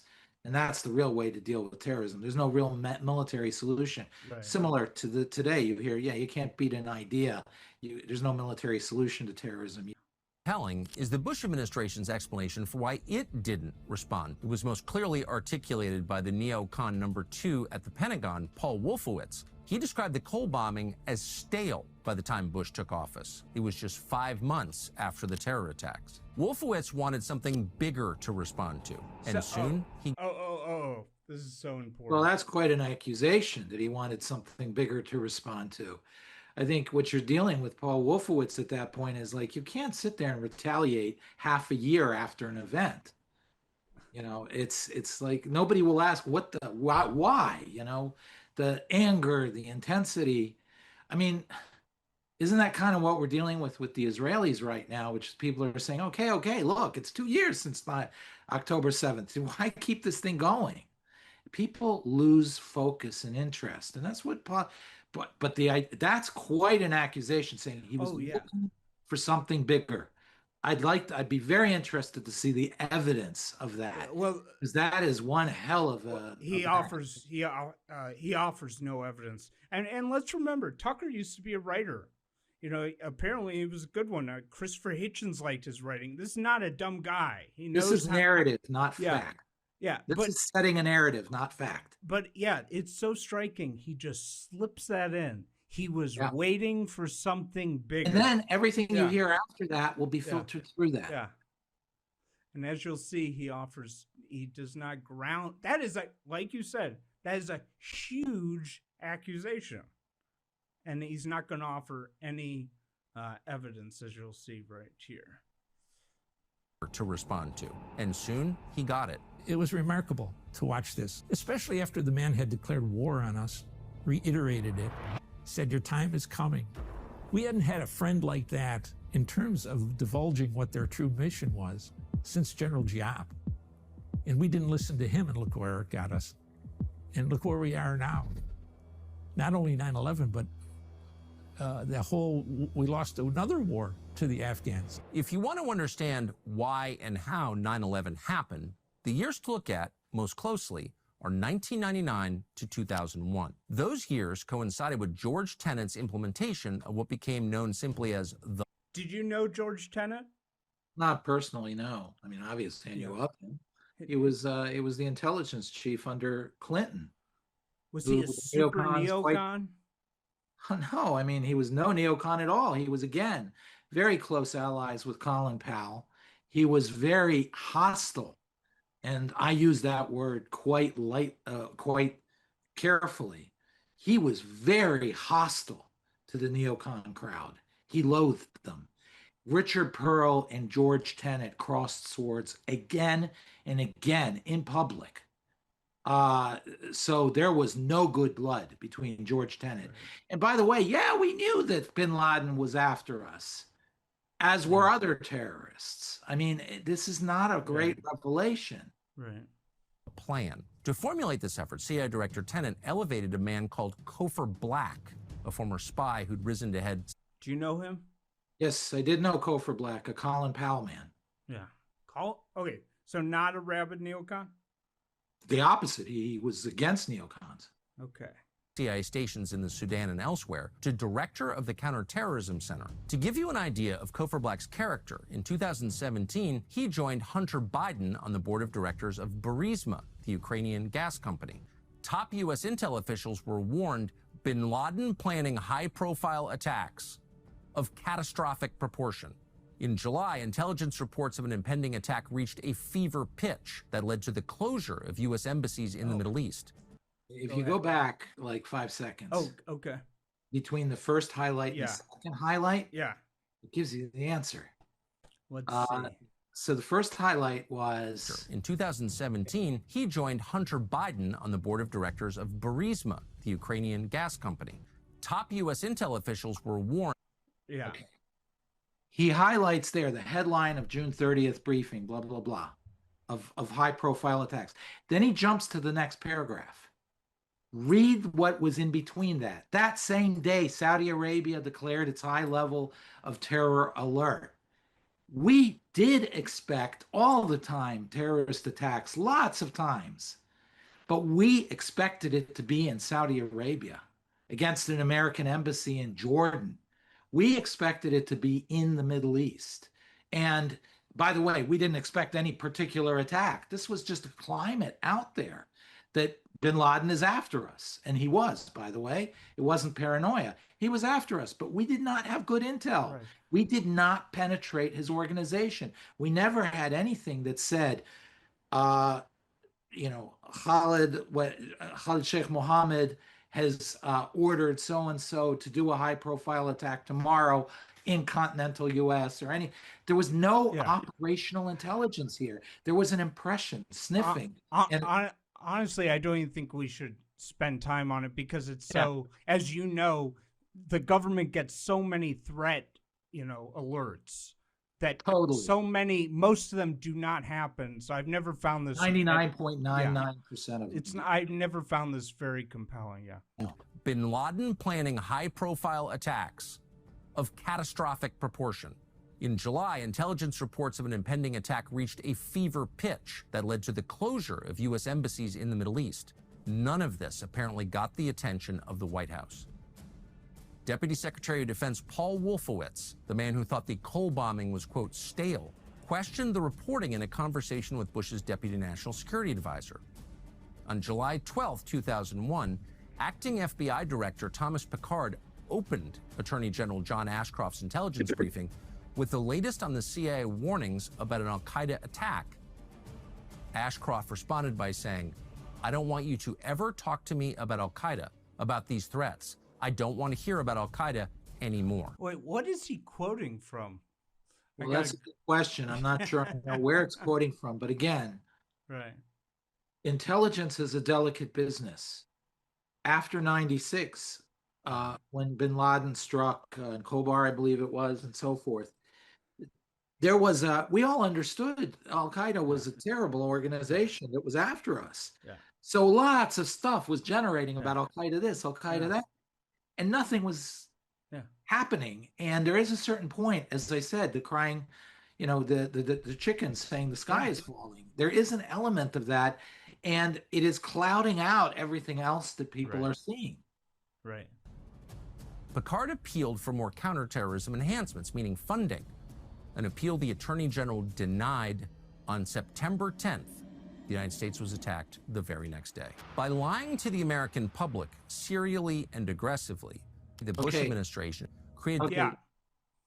What lies? I mean, having intelligence reports saying there's going to be an attack and not having an attack is perhaps faulty intelligence. I assume he's talking about WMDs, maybe, but maybe I forget. Well, what he doesn't. He leaves it hanging out there. Well, I think he's about to detail it. Let's see. Perfect condition for conspiracy theories to thrive. Maybe Consider, not. for example, the established fact that in the days before the attack, Again, with Tucker Carlson, I don't trust him at all when he says established fact. Yeah, there was a huge surge in put options against airline stocks. Who beside Al-Qaeda knew the attacks were coming? And who specifically profited from these trades? It seems possible, probably. Have you heard about this? No, I didn't. And stocks go up and down on basis of information people hear. If he doesn't provide an example of, I mean, there could have been other things out there. Boeing had a screw problem on an airplane, whatever. You certainly have the possibility of information swinging stocks. That's what the stock market does. It operates on information. Who knows? Maybe you should keep it open mind. Maybe you'll become a 9/11 truther. Yeah. Likely that foreign governments, including supposed allies, knew the plot was coming. Why didn't they? Sorry, I'm just going to back up so we all allies knew? Let's see. Put options against airline stocks. Who beside Al-Qaeda knew the attacks were coming? And who specifically profited from these trades? It seems possible, probably likely, that foreign governments, including supposed allies, knew the plot was coming. Why didn't they warn the United States? And why did U.S. authorities? Who these put options were put by really should be public information. I mean, a little bit of investigation, you can find out who it is. That's quite a leap again to impugn our allies being behind this without any evidence. He doesn't say, well, there was this front company that was used to put a put option, and that front company worked for British intelligence or whatever. You need to back up an assertion that dramatic and not just say, well, it's quite possible, and then act as if that's, quote, established fact. I think what he's saying is it was probably some Jewish guy on Wall Street that did it, and so Israel probably told him to do it. That's the. I assume that in later episodes, that's where he's going to head, and I think this is his grand conspiracy beginning to converge, that 9/11 and the Israeli connection is connected to Iraq War and the Israel. Well, you'll see very quickly. Authorities rushed to ship all the debris from the attacks abroad almost immediately, making it impossible for engineers to study the crime scene. If you wanted, it was not shipped abroad. It was shipped to a single site in Staten Island. For those who know New York, it's right off where 287 splits off the New Jersey Turnpike. There's an area, a dump, and they cordoned off an area, and they brought all the debris from there to go through the forensics. Yeah, I mean they've been claiming that's just a lot. I hate to say it, that's just not right. What he just said. I didn't know of anything shipped abroad. Eventually, after all the forensics is done and you have these tons and tons of metal, maybe then it was shipped off for scrapping. But everything was shipped to one place for careful, meticulous forensic analysis. To flourish after the 9/11 attacks, here's what you'd do. You'd suppress video evidence of the attacks themselves. You'd ship the rubble from the attacks overseas immediately, without looking at it. But for the audience, he was saying, if you want conspiracy theories to flourish, you would do this stuff. You'd call everyone who... That's what That's what he does. He says, if you want conspiracy, he alludes, and then he slides very slowly into an analysis based on that conspiracy theory, as if it's almost a natural, and you don't notice that you're being eased in. Right. Disputed the official narrative crazy or a criminal. You do everything you could to prevent an actual investigation into what happened. You'd avoid any public trials. And when you captured... Public trials? Of who? Of the terrorists. Guantanamo. Well, first of all, none of the 9/11 terrorists survived. The second thing is, of the people we captured, there's extensive interrogations, and the entirety of their interrogations are existing, and they are classified by nature because there were names and stuff given, and it's in the public record. Right. My bet is that if you had, again, an enterprising young PhD student, some of these, this is already 20 years ago, 23 years ago, my bet is a lot of this can be declassified, and if there was a FOIA request made, some of it will. And killed the perpetrator, you'd show no photos or video evidence of the raid that killed him, and then you'd dump his body into the middle of the ocean. Then you'd use So I guess Obama's also in on this. the attack to justify the invasion of a completely unrelated country on behalf of a foreign power. I mean, okay, I got back up. This is so insidious. This is outrageous. Just listen to how he makes this claim as if it's like the sky is blue. Listen to what he says. Evidence, evidence, evidence. You make a claim dramatic as that, you better have really good evidence. Everyone knows this. Listen to what he says. You can always Crazy, divide. or criminal. You do everything you could to prevent an actual investigation into what happened. You'd avoid any public trials. And when you captured and killed the perpetrator, you'd show no photos or video evidence. You know, you have to see how conspiracy theories are crafted. It's a lot like a murder mystery, you know, and it's easy to miss the murder mystery.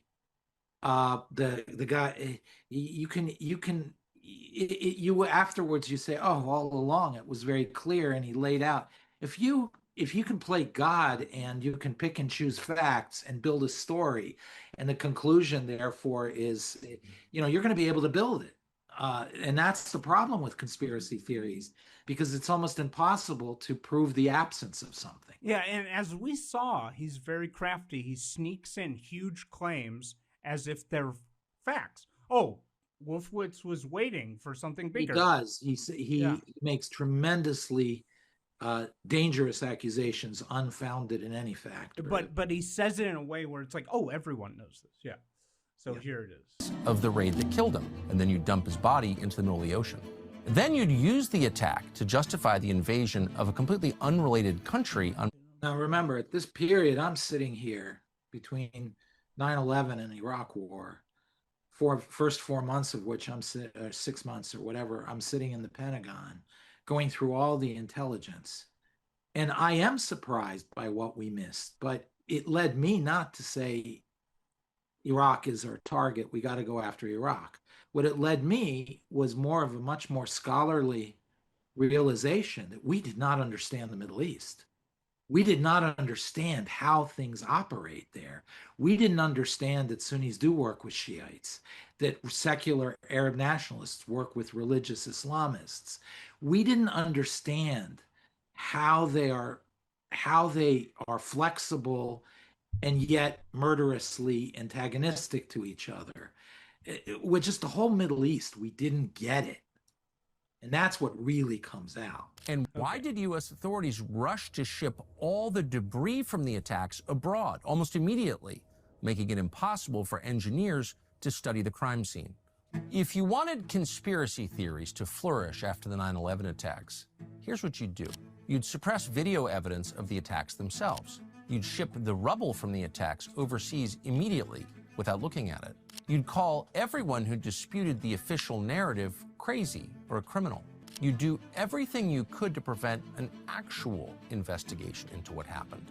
You'd avoid any public trials. And when you captured and killed the perpetrator, you'd show no photos or video evidence of the raid that killed him. And then you'd dump his... Actually, we've seen video and evidence of the raid, so that's wrong. Body into the middle of the ocean. Then you'd use the attack to justify the invasion of a completely unrelated country on behalf of a foreign power. In other words, you do exactly what the... Okay, so he just states as fact, America invaded Iraq on behalf of Israel. As if that's a fact. He doesn't even attempt to prove it. Wow. Amazing. Well, evidence to the opposite. But, right. Government did in the wake of 9/11. It's possible that there are people who wanted conspiracy theories to thrive. The more far out, the better. The more time people spend wondering about directed energy weapons, the less time they focus on the obvious, the facts hiding in plain sight. And the main fact that they are ignoring is our government's central role in facilitating those attacks. We established this in episode 1 of this series. Not all the wildest theories about 9/11 are crazy. Some of them raise legitimate questions about what happened. And in this episode, we'll go through those theories one by one. The collapse of Building 7 is... Okay, I want to say something. So these, for years, this always... I never believed any of this, but these little weird things would always be like, they would be the most thing.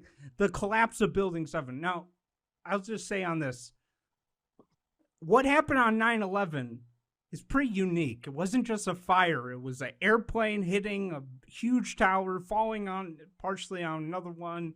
So there's no way to do it over again. We can't build it. Pourings on the side buildings, et cetera, et cetera. Moreover, conveniently, these conspiracy theorists don't show you Building 7 between the attack and when it collapsed. But anybody who looked at that building knew this is bad. But again, if you're a conspiracy theorist, you got to really believe there was some meeting in like 1996 with Netanyahu and whatever, Paul Wolfowitz, and they were like, okay, we got the plan. Well, by the way, that's another big problem. Yeah. Netanyahu was not in government. Right. But you really have to believe they're in a room and they're like, we're going to do this crazy thing in America with the planes and everything. And then just to, just for shits and giggles, we're also going to take down World Trade Center 7 just to mess with people. I mean, it's crazy. By the way, do you remember who the Attorney General was, one of the top cabinet officials, somebody who really would have had to have been involved in any of these conspiracies? I don't know if you remember. John Ashcroft? No, Ted Olson. Oh, yeah, whose wife died. His wife died. She was a friend of mine. Barbara. Yeah. Barbara, wife died in the attacks. You'd imagine that Ted would have been informed and Ted would have pulled his wife off the plane if there was any foreknowledge, or even a sense that there's a danger to fly that day without specific knowledge. Well, I'll play the Tucker role. Olson, that doesn't sound like a Jewish name, so he probably didn't know. That's probably what they would say. Yeah. Completely unaddressed in the 9/11 Commission report. Buried deep in the 9/11 Commission report on page 499, one easily missed footnote says there was a surge in put options, investments that profit when stock prices fall. But who could have known the attacks were coming, apart from Al-Qaeda? One highly significant yet often overlooked aspect of the 9/11 attacks is that foreign intel agencies, including those of ostensible allies, likely had detailed prior knowledge of the event. John Kiriakou was chief of counterintelligence on the bin Laden unit. What about the... Wait, did America have detailed prior, whatever he said, no, knowledge? And he has to be specific, and I suppose he will get into specifics here. There are problems with Saudi Arabia. There's no... No. He's talking about Israel. No, you'll see. There are problems with Saudi Arabia. Yeah. The head of the Saudi Arabian government bin Laden unit in their counterintelligence, their interior ministry, was the brother of the Saudi operations head of Al-Qaeda. There are ties. Many ties. And by the way, many more slides on that famous PowerPoint package I mentioned bent back to Saudi Arabia.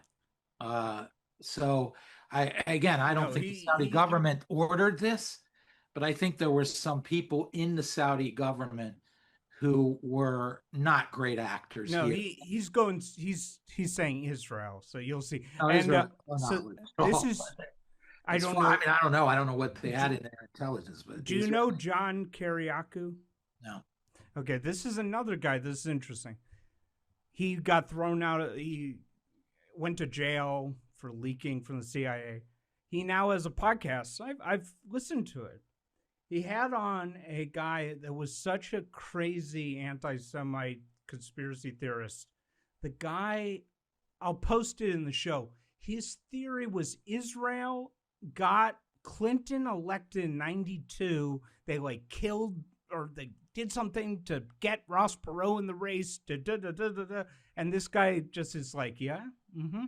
So 1956, it doesn't work. But in 1967, you have Lyndon Johnson in the White House, and it's just another scheme by Zionists to start a war and grab more land. And they get away with it this time. LBJ is basically a more corruptible person than Eisenhower. He just serves Zionist backers. We have a make-believe view of organized crime as this Italian thing, but really Meyer Lansky was the top mobster. And H.W. Bush actually forces Israel to enter into negotiations for a Palestinian state. And the Zionists really freaked out on him. And the neocons were H.W. Bush's enemy. And I believe that's why he lost in 92. And I believe that it was the Israel lobby that did that. George H.W. Bush was the only president since Eisenhower to give the Arabs a fair shake, that he had stood up to the Israelis and that he paid the price. So I think your analysis is 100% correct. So he's a bigot. No answer to this. Yeah. The facts don't matter. Here, you'll see. What about the Saudis? There is solid evidence that members of the Saudi royal family were working with al-Qaeda terrorists. The 9/11 Commission, not surprisingly, ignored this subject altogether. Here's what we know. As early as January of 2001, France's Foreign Intelligence Service learned that al-Qaeda was planning a hijacking plot involving a U.S. airline. What did the French tell the United States and when? We don't know. But the French are not alone. Others knew. Well, there's no doubt that the Israelis and probably the British had better information than the people working against Osama bin Laden in the agency. Much better information. Michael Scheuer ran the CIA's bin Laden unit in the late 1990s. One reason foreign governments may have had superior information is that the NSA frequently shared signals intelligence details with them, details it withheld from our own CIA. Signals intelligence is a type of espionage that deals with intercepting phone calls and radio communications. We needed the collection of signals intelligence out of Afghanistan, and it was very limited. We found a couple of signals, and we shared the information with NSA, and they collected information and wouldn't share it with us in the raw form.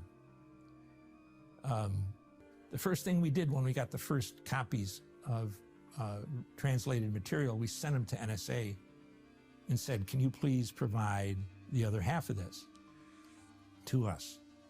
And they said, thank you very much, but under the 1947 Act that created NSA, we don't have to share that with anyone, and we're not going to. But somehow, the Israelis and the Saudis always were able to find out something was there that they wanted. And so when we refused... I mean, yeah. I mean, Israelis have incredible intelligence. We see that evident right now. They share an immense amount of intelligence with us. If it's an Israeli plot, for example, why would they tell the United States or half the United States in advance? They would, that's not something they would not, at the end of the day, the Israelis share almost everything they have with us. And at the end of the day, the CIA dismisses most of it, saying, oh, it's just the Israelis trying to take us for a ride. And it's a major intelligence failure half the time because of that. They dismiss what comes from Israel because they think it has an agenda. They're alleging that CIA, they can't even access this intelligence, but Israel, I'm a little bit surprised by that. There is compartmentalization that, and each compartment has ownership over who gets access in other departments for that information. So NSA, there might be some things, some people, but there is a level at the CIA that has full access. But just, the NSA has. Just to be clear, he's basically insinuating Israel gets full, unlimited access to everything the NSA has, and the CIA doesn't. Is that true? First of all, no, they do not get full access. Actually, we get more access to their intelligence coming here than the other way around. There's many American officials who've retired from government who say we actually do get more from Israel than we give them. But that's number one. But number two, you know, if there's a plot brewing, you'd imagine different intelligence agencies may be able to pick up on different parts of it and see things. Yeah, so, but he's just saying a bold-faced lie. He's saying that Saudi Arabia and Israel in 2001 had full access to everything at the NSA, unlike the CIA. That's not true. That's just not true. That's a lie. Okay. That is just not true. Okay. Another lie. The White House had called the DCI, and the DCI would say, give it to them. It's certainly an absurdity for what the American people pay for signals intelligence to be collected, translated, and supplied to the intelligence community, to have the British, the Saudis, the Israelis getting information from our national security agency that we in the agency were. They've never established that. He hasn't given any example. I'd be shocked if there's information given to Israel that the CIA at some level was not privy to.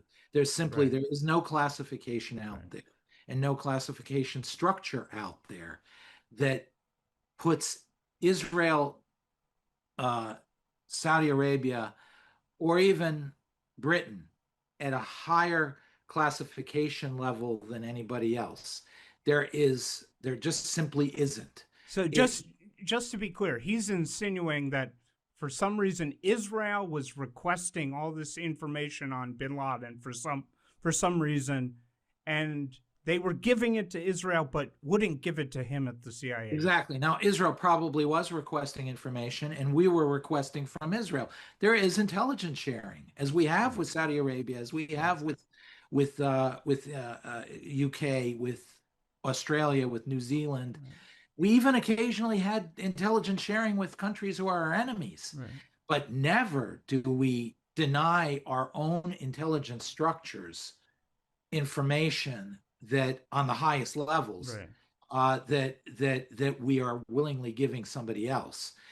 There is somebody at the CIA, some level at the CIA, that has access to it and will decide who at the CIA should get that access.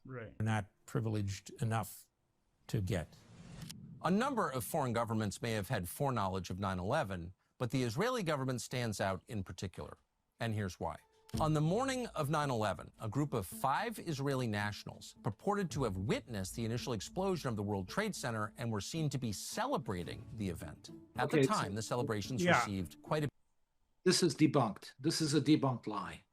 They were not dancing. They were not celebrating. They were arrested for overstaying a visa. And it's not surprising that in the days after 9/11, you're going to round up some Israelis staying beyond their visa in New York, because there are many Israelis in New York. There's many other nationalities in New York.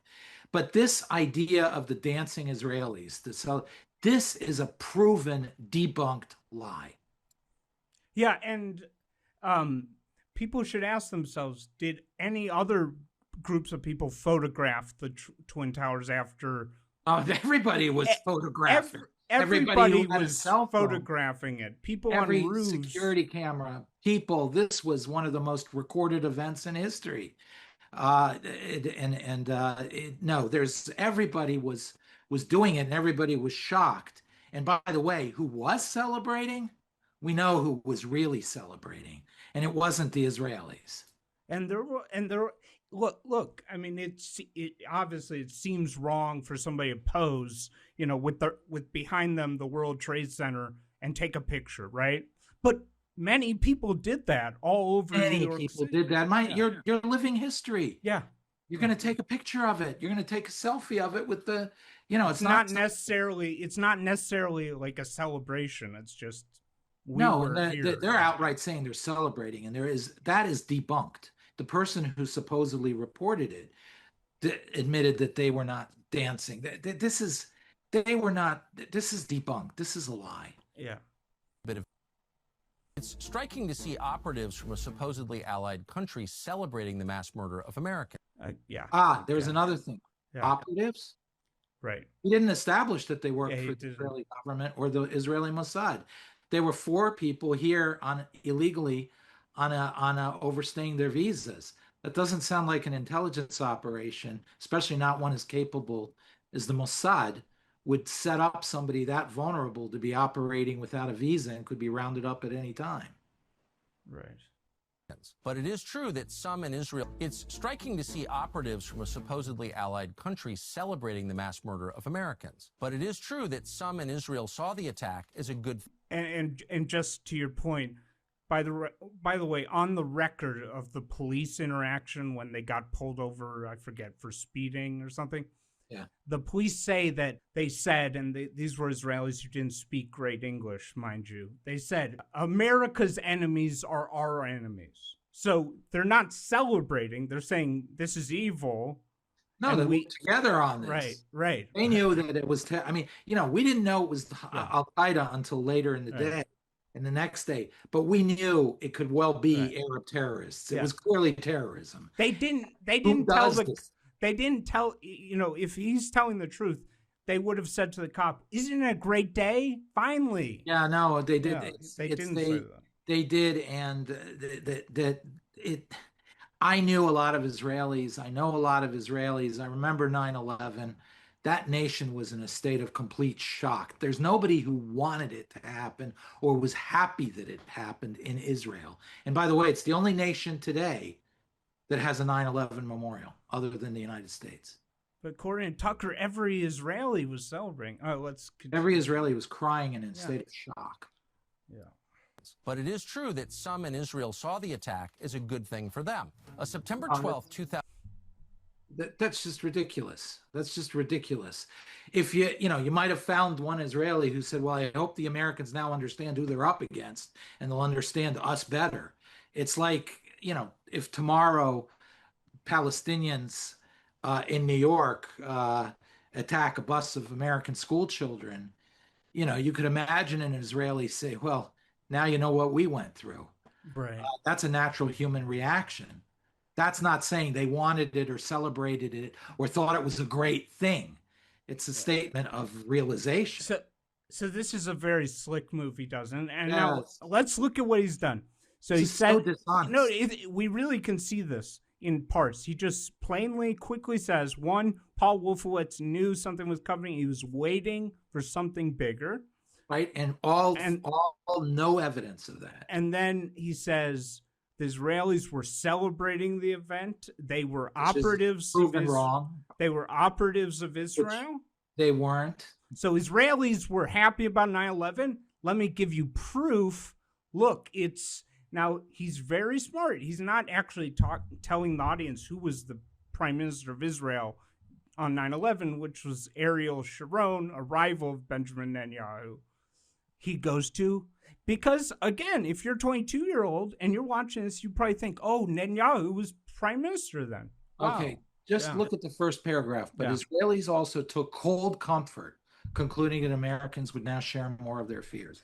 Okay, honestly ask yourself, any American, honestly ask yourself, you have a friend who you are constantly having a neighbor who is loud, keeps you up at night with his music, etc.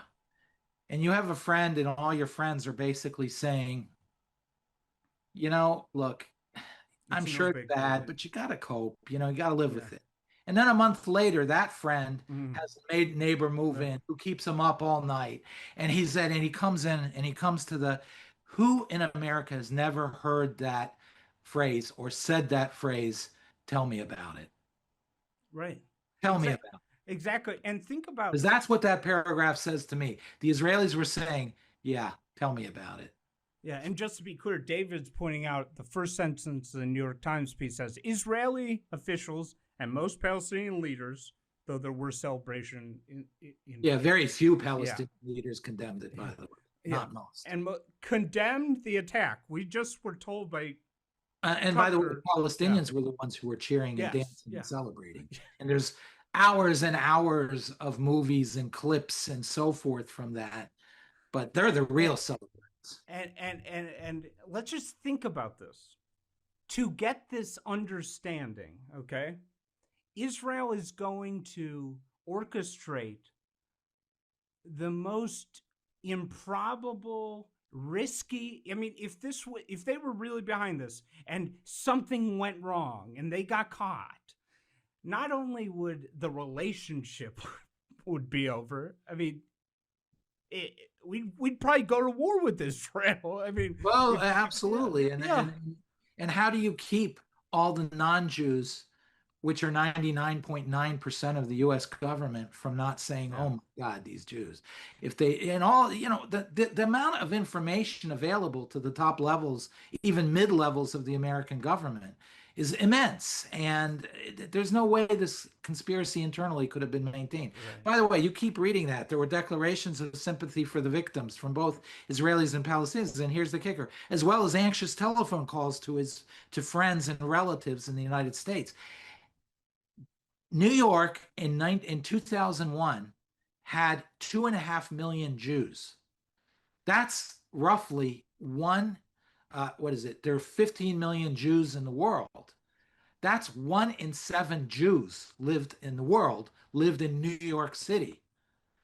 Why would Israel have picked New York City to do this, knowing that many of its victims would be Jews?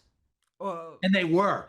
A far, far higher percentage of Jews were killed in the 9/11 attacks than is the population. You're saying there wasn't an Israeli messaging app that alerted Jews not to go to work that day? Nobody got the message, because at the end of the day, more Jews were killed in the attack per capita by far than any other ethnic group in America. Just to personalize it, there's a man named Howard Lutnick who's in the news right now. That's right. In the Trump administration. Yes. He was working at Cantor Fitzgerald, I believe, and his brother, maybe his twin brother, I forgot, his brother was killed on 9/11. Cantor Fitzgerald had almost all their employees killed. No. I mean, the fact is, what's astonishing is that despite the fact that we were in the period leading up to Yom Kippur and Rosh Hashanah and the high holidays, when many Jews take a holiday because, they'd be missing, religious Jews would be missing work so often, many of them just take a holiday in that period. Despite that, the amount of religious Jews and Jews that were killed is astronomical compared to the population as a whole. Yeah. Here we go. Times quotes now Israeli Prime Minister Benjamin Netanyahu responding to the 9/11 attacks. Quote, "It is very good," before adding, "well, not very good." Now let's read this.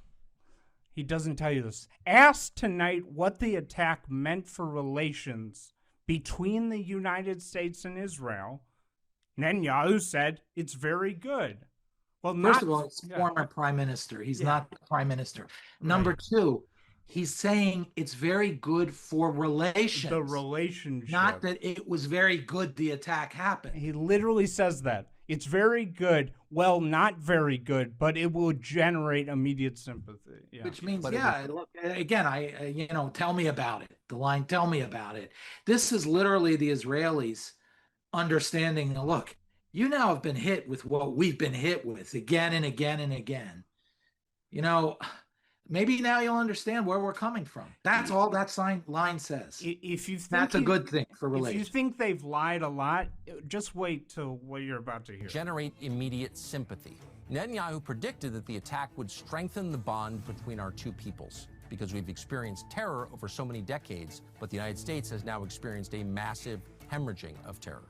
According to FBI documents, the Israelis caught celebrating the 9/11 attacks they weren't videotaped the terrorist attack on the World Trade Center and may have video. So this is also another deception. Well, they're not operatives celebrating. May have videoed. Okay. Well, no. Well, of course they video. They're living through history. He's implying they had set up the video camera before it happened. There's no evidence of that. Yeah. And now I'm interested to see how they might have possessed foreknowledge. And many people videoed the event. This is New York. Tourists are in New York. These 4 were tourists. Yeah. They videoed themselves. They happened to capture it. Lots of people happened to capture it. Yeah. How many videos do we have out there of airplanes falling out of the sky, car accidents, everything, because people were just videotaping something that happened to be there. In a city of 14 million people, 2.5 million Jews, probably no less than 100,000 to 300,000 Israelis, either they're living or visiting. You're going to get Yeah. 1 or 2 or 3 or 4 Israelis who happen to capture it. Right, right. Possessed foreknowledge of the same. The Israelis are always for the Israelis first, last, always. They don't like the United States, except for the most part. First of all, is there any nation that is not for, I mean, isn't that what America First is about? Yeah. I mean, so you can't delegitimize Israel by saying that. But the second thing is, he goes on and he says they don't like America. I don't know a single country. First of all, he needs evidence. Let's see polls. Because when you see polls of Israelis, there is no nation on earth that has a higher level of support for America popularly, and that America is held in higher regard than Israelis. And No, there is one. There is one. It is Poland. Okay, but Poland. the two most pro-American countries in the world are Poland and Israel. I believe Poland, the number is 93%. In Israel, it's in the high 80s. And I've been to Israel. I know many Israelis. They love America. They think America is a great country that destroyed Hitler, that helped Israel in its moment of needs. They have so many relationships with Americans. They have relatives in America. They don't hate America. And they're the only country that has set up a 9/11 memorial. Yeah. But it's even more outrageous to hear the full statement. Here The you same. go. The Israelis are always for the Israelis first, last, always. They don't like the United States, except for the most part, our money. And yet... So they don't like their American relatives? They don't like anything. It's all about the money. Gee, where were we heard that trope before? They don't. This is where like half of the world's Jews are in America. They don't want to see America hurt. In New York, which is the center of Jewish life in America. Yeah. Our National Security Agency is producing information for them, but not shareable with its own people. They never proved that. Go figure. According to FBI records, polygraph tests administered by the FBI suggested that they did not have foreknowledge of the attacks, but did engage in deception and were likely involved in illegal foreign counterintelligence. They were spying in the United States. Most of the Israelis were held in FBI detention for 2.5 months before they were deported for visa violations. The Israelis pride themselves on having infiltrated every Arab intelligence service, every terrorist group. Did the Israelis know about 9/11? Every terrorist group? The Spanish terrorist groups? Israel has good intelligence. Wow, that's not a crime. That's something we should have. But there's a lot of terrorist groups. I don't think Israel had a They mole. prioritize. They didn't have a mole in the Uzbek jihadist, thing. They have very good intelligence, Yeah. but I can assure you, the Symbionese Liberation Army here in the United States was not spied on by Israel. I can assure you that the Black Lives Matter movement did not have Israeli agents spying on them, the more radical factions of it. The Israelis prioritize. It's a small country. Back then, it was only about 5 million people. And they have enemies coming out their wazoo. They need to prioritize the resources. Intelligence. Maybe he'd have a point if Hezbollah had done 9/11 or the PLO or PFLP, but yeah. And not tell us? One memorandum submitted to the 9/11 Commission presented substantial Again, they imply Israel knew it was going to happen and chose not to tell us. And No that evidence. exactly. And there's no evidence that the Israelis knew. Everybody knew that bin Laden was after us. Everybody knew he was trying. But that doesn't translate into they knew an attack was happening. I'm sure the Israelis might have even had some atmospheric knowledge, namely, there's an atmosphere as if an attack's about to happen. But you receive a piece of intelligence like that. What do? Yeah. The Israelis, they just sense a lot of chatter. But how do you prepare for that? So they say, okay, obviously there's an attack coming. What do? You need specific information to prepare for such an attack. Right. And the Israelis lacked it. Suggesting that numerous art students from Israel, who were in fact Israeli intel assets, have been strategically located across the United States. There were groups of By the way, that Israelis report doesn't say Israelis. Oh, really? Let's see. I didn't see it. I mean, that was foreign nationals of a foreign country, maybe, but it doesn't list who it is. Right. Well, I have to look assets have been strategically located across the United States. There were groups of Israelis. One thing I did see, it said they had visited the homes of DEA agents, like drug dealers. That's drug dealers. Different from Al Qaeda, but by the way, from everything we know after the Pollard affair, because it was such a dramatic breakdown in American-Israeli relations under the Reagan administration, that the Israelis put a kibosh on spying inside the United States with their agents, on their activities, the Mossad and so forth. So Israel is flying blind considerably inside the United States. By the way, that's not utterly unusual. The Saudis, would not let us operate in Saudi Arabia if we spy in Saudi Arabia. So we deliberately have a blindness towards Saudi Arabia. And that, by the way, is a contributing factor to what we missed.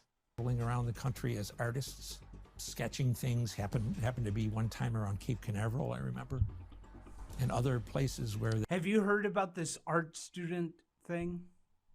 No. Okay. Cape Canaveral is a tourist site. Yeah.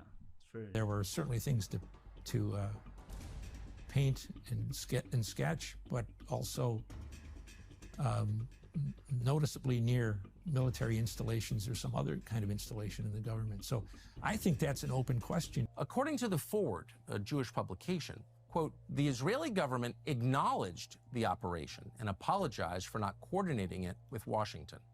Within a week of the attack, Israeli intelligence officials claimed they warned the United States about large-scale terror attacks on highly visible targets in the United States. But the specifics of those warnings have never been made public. There's no evidence they happened. He literally contradicts himself because before he said there was a warning. But well, not only that, he keeps showing Netanyahu. Netanyahu's not the prime minister at the time.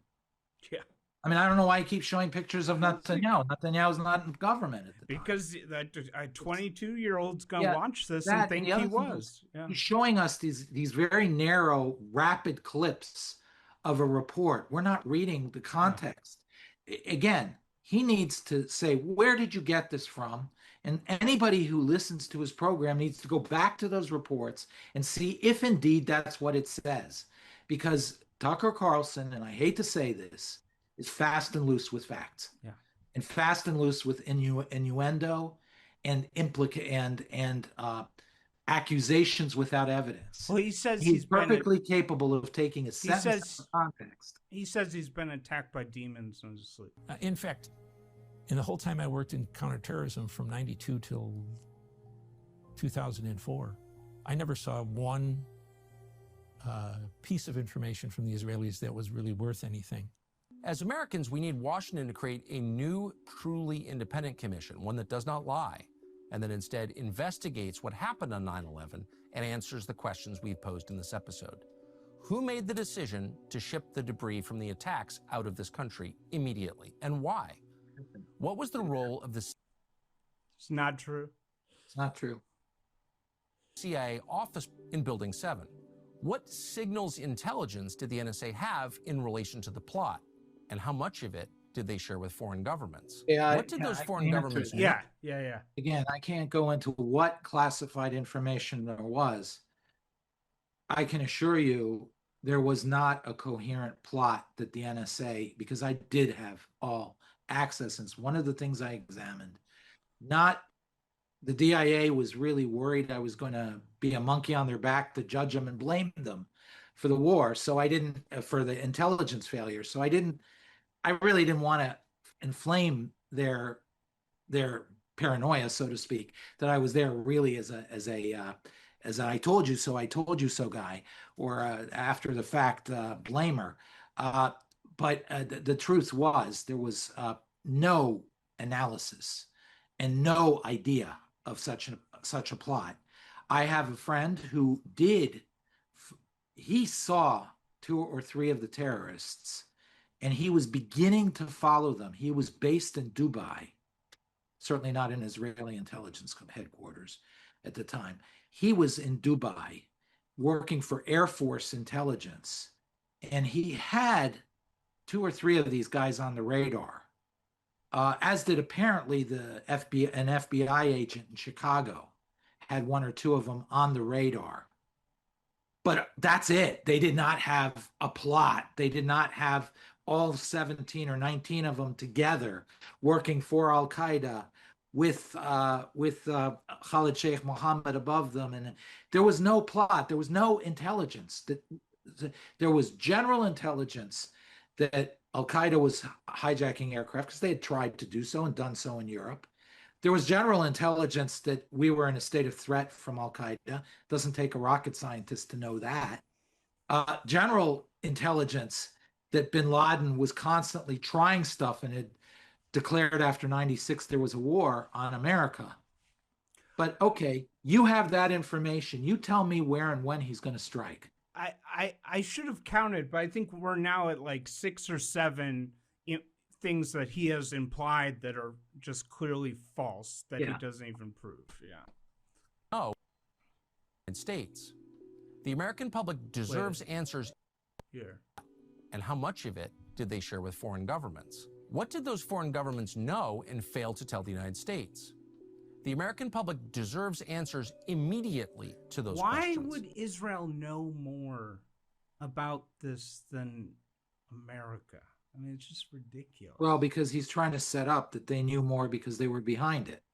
And that's what he's beginning to allude to here. Wow. And by the way, to tie it, you have to bring it to Netanyahu, which is his big thing. He keeps showing pictures of Netanyahu, who was out of government at the time. Ariel Sharon, the late Ariel Sharon, Ehud Olmert. These were all the people in government. Yeah. Ehud Barak was in 99. Since 99, 2 years before the attack, Ehud Barak was elected prime minister of Israel.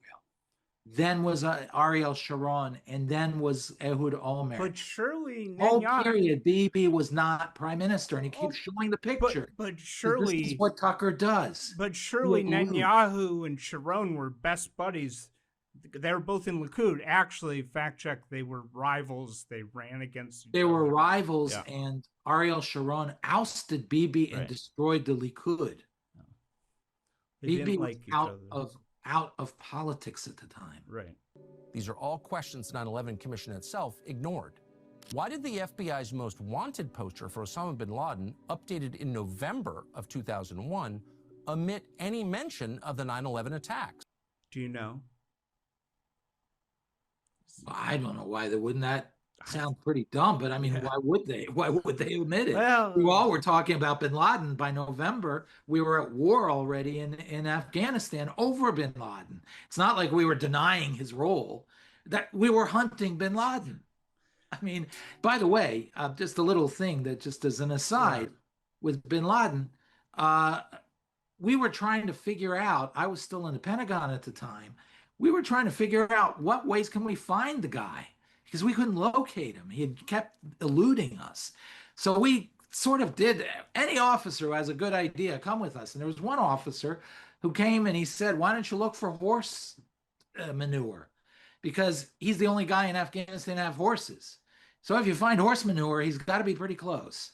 That's the level we were trying to hunt this man down. We were not denying him, ignoring him, hiding. I don't know a single person in America who didn't have the word bin Laden on his lips in November 2001. Yeah, he literally does not mention that we went to war in Afghanistan once in this, over finding bin Laden. And our condition to the Taliban was, you extradite bin Laden and Al-Qaeda, or else we go to war.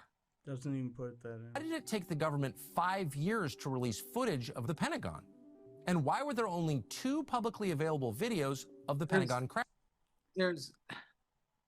First of all, it's not legal to videotape the Pentagon. It's a military installation. There's signs all around the Pentagon that you can be prosecuted for taking pictures of this military reservation, they call it. A military so nobody, a tourist who goes up and takes pictures of the Pentagon, American or foreign, is going to be arrested because it's a military reservation. You're not allowed to do that. Second of all, these footages we saw footage immediately in the public. It's not true that it took 5 years to release. Well, he's talking about He's talking about footage of the impact, that moment. We had picture footage. We didn't have the video, and Yeah. maybe they didn't want to release the I don't know why they didn't release the full tape. I thought they did. I'm not sure that's true, to be honest. Oh, you've seen a tape? On the public, I didn't see it inside the government, no, but in public, I think. Oh, okay. Yeah. And there were pictures released immediately. Do you know what the conspiracy people say happened? They say that there's no airplane that you see. No, it's even crazier than that. They say that whatever, a missile hit it, then people ran out onto the field with the remains of a plane that had crashed that year in Peru, and they threw down all the fuselage and stuff on the. Does that sound plausible to you? No. Yeah. To have 200 pick people. Up an airplane wheel. Yeah. Pick up an airplane engine. You're gonna need a lot of cranes and equipment to do that. It's a lot of people. I don't see any cranes or equipment there. What would they dress like in the middle of the day? They can't wear all black. I mean, honestly, an airplane engine's got to be what, about 10 tons? Yeah. There's not a truck out there that can hold it. I mean, that meant that they had it all staged and ready, and nobody saw it. All these people who work at the Pentagon, nobody saw it. By the way, I have a personal element about this. My gaining command, my unit, was as I said, I drilled for the intelligence. I was drilling in the Pentagon. Our unit was divided into two. One was in the National Joint Military Intelligence Center, which is sort of the nerve center of all intelligence in the United States, going into a central spoke, then going out to the White House, State Department, everywhere. The other half of our unit, people I drilled with, people I knew, friends who I did physical training with, ran not marathons, but physical PT exercises and did stuff with, were in the other half of my unit in the National Maritime Intelligence Center, which was hit. And that was where a lot of people were killed. And I know some of them. So our intelligence unit there was, how would you have all this pre-positioned, all these people there, and you don't see the cranes, and you don't see things moved into place, and people were starting to take pictures from the highways, and they wouldn't, the cranes you could see, this is just. I don't know much about the military. What do you mean by drilling? What is that? Oh, drilling is, okay, you're a reservist. You have, as an obligation, you have two obligations. First of all, you have to show up for service every month for 2 days at least per month. Yeah. That's called drilling. Yeah. Okay. Now, in most units, that's literally in the National Guard. You drill because you have to be ready for combat. So you do drills. That's where the word comes from.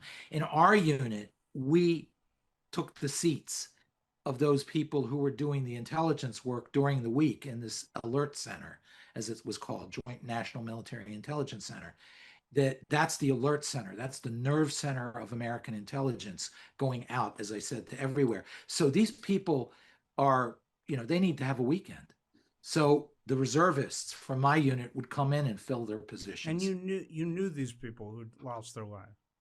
And the people in the National Military Joint Intelligence Center, some were from my reserve unit, and some were people that we drilled with. And I knew some of these people. How do you feel? Because I have no idea, because I've never been in your shoes, to know that people suggest that you would have knowingly participated in killing these people you knew. It just makes you want to throw up. I mean, look, yeah. It's kind of weird. It makes me almost doesn't impact on some way. Because it's so ridiculous. Because it's so over the top. It's so ridiculous. I mean, it's like you see these people saying Charlie Kirk's wife might have been in on it and stuff like that. The first thing you say is, the problem is you, not Charlie Kirk's wife. The problem is you for even thinking about it. And that's exactly sort of what I feel. I lost a very close friend, Barbara Olson. I lost quite a few friends in the National Maritime Intelligence Center. And it's upsetting. I also, a friend in New York was injured who was walking to work in New York, and he just happened to be in the wrong place near. And the idea that they would go to American Jew, like Israel would go to an American Jew like you, who's a loyal patriot, and would say, we're going to do this dastardly attack. We're going to kill you. We're going to kill your colleagues. And we're going to do it so that America has more sympathy, and that you would say, yes, that this is great. I'm with you. Let's do it. I mean, it's, one thing crazy. People have to understand, the mentality of Israelis is that if America is weak, if America is damaged, if America is attacked, Israel is weak, damaged, and attacked. They see the entirety of their survival dependent on the resilience and robust power of America. They literally depend on the American umbrella.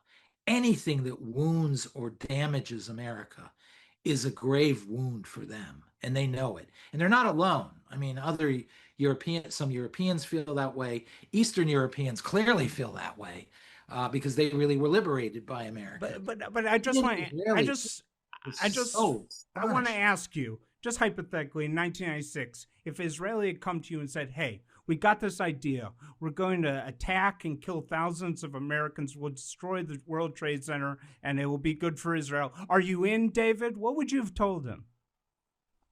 I would have said, I'll get back to you, and I would have run to the FBI, and I would have told them. I mean, that's the end of the story. I mean, that I would have blown a gasket and gone to. I wouldn't have tipped them off by being angry. I would have just gone to the FBI. By the way, it's not theoretical. A Russian did that with me in the mid 90s. Wow. He met my father, who was a professor at a conference, and he said, yeah, I'm so interested. Maybe we should have dinner with your son or so forth. So my dad called me up and said, this is a really interesting Russian guy. He studies the Middle East, blah, blah, blah. Maybe you want to meet with him. Right straight to the FBI. Right. I went straight to the FBI and told him. And by the way, they told me, go meet him and then tell us what he told you. Right. Was secured and surveilled buildings on planet Earth. And yet, even now, more than 20 years later, there are only 2 videos. Why did U.S. forces abruptly bury Osama bin Laden at sea and never release any photograph of his body? How hard, by the way, would it be for amateur pilots with only basic aviation training and no experience flying jumbo jets to navigate to lower Manhattan and crash into a building? The majority of hijackers were flagged for additional screening at the airport. How did they get on those watch lists? And why didn't security slow them down? Why wasn't there substantial wreckage of flight? Additional screening? That's relatively later. Again, I think he's mixing up the way things are now and the way they were. Airport security was quite lax before 9/11. They were looking for hijackers with guns because that's what we had experienced until then. They were not looking for box cutters. You were allowed to bring a box cutter on an aircraft. There was, and even to this day, because of civil rights issues and so forth, our screening of passengers is more random than it is targeted. If the FBI decided we're going to zero in on Muslims because they are more likely to commit terror, the ACLU and the Civil Rights Bureau would be all over it. This is not true that there was extreme. There was additional screening on majority of the passengers. That is simply not true. And look how he's as typical with him. He likes to just sort of dabble and stuff. What is he doing? He's basically suggesting that all this stuff is a conspiracy. Maybe a missile hit the Pentagon, but he's doing it in such a way so that later he can say, "I never said that. I just asked a question." Right? Yeah. It's silly. It's supposed crash site in Shankville, Pennsylvania. Oh, wait a second. What do you mean supposed crash site? Did the plane crash there or not? I mean, he's even raising a question. Wow, that might have been all set up. There was no crash. Barbara Olson might be alive. We don't know. She was on the plane to the Pentagon. Yeah. I mean, hey, he didn't say it. He's just asking questions, David. I mean, how could you? I love that supposed crash site. Yeah. What was it? Yeah. Aircraft was so powerful that it vaporized the aircraft's hull, and yet the hijackers' passports were found intact at the site.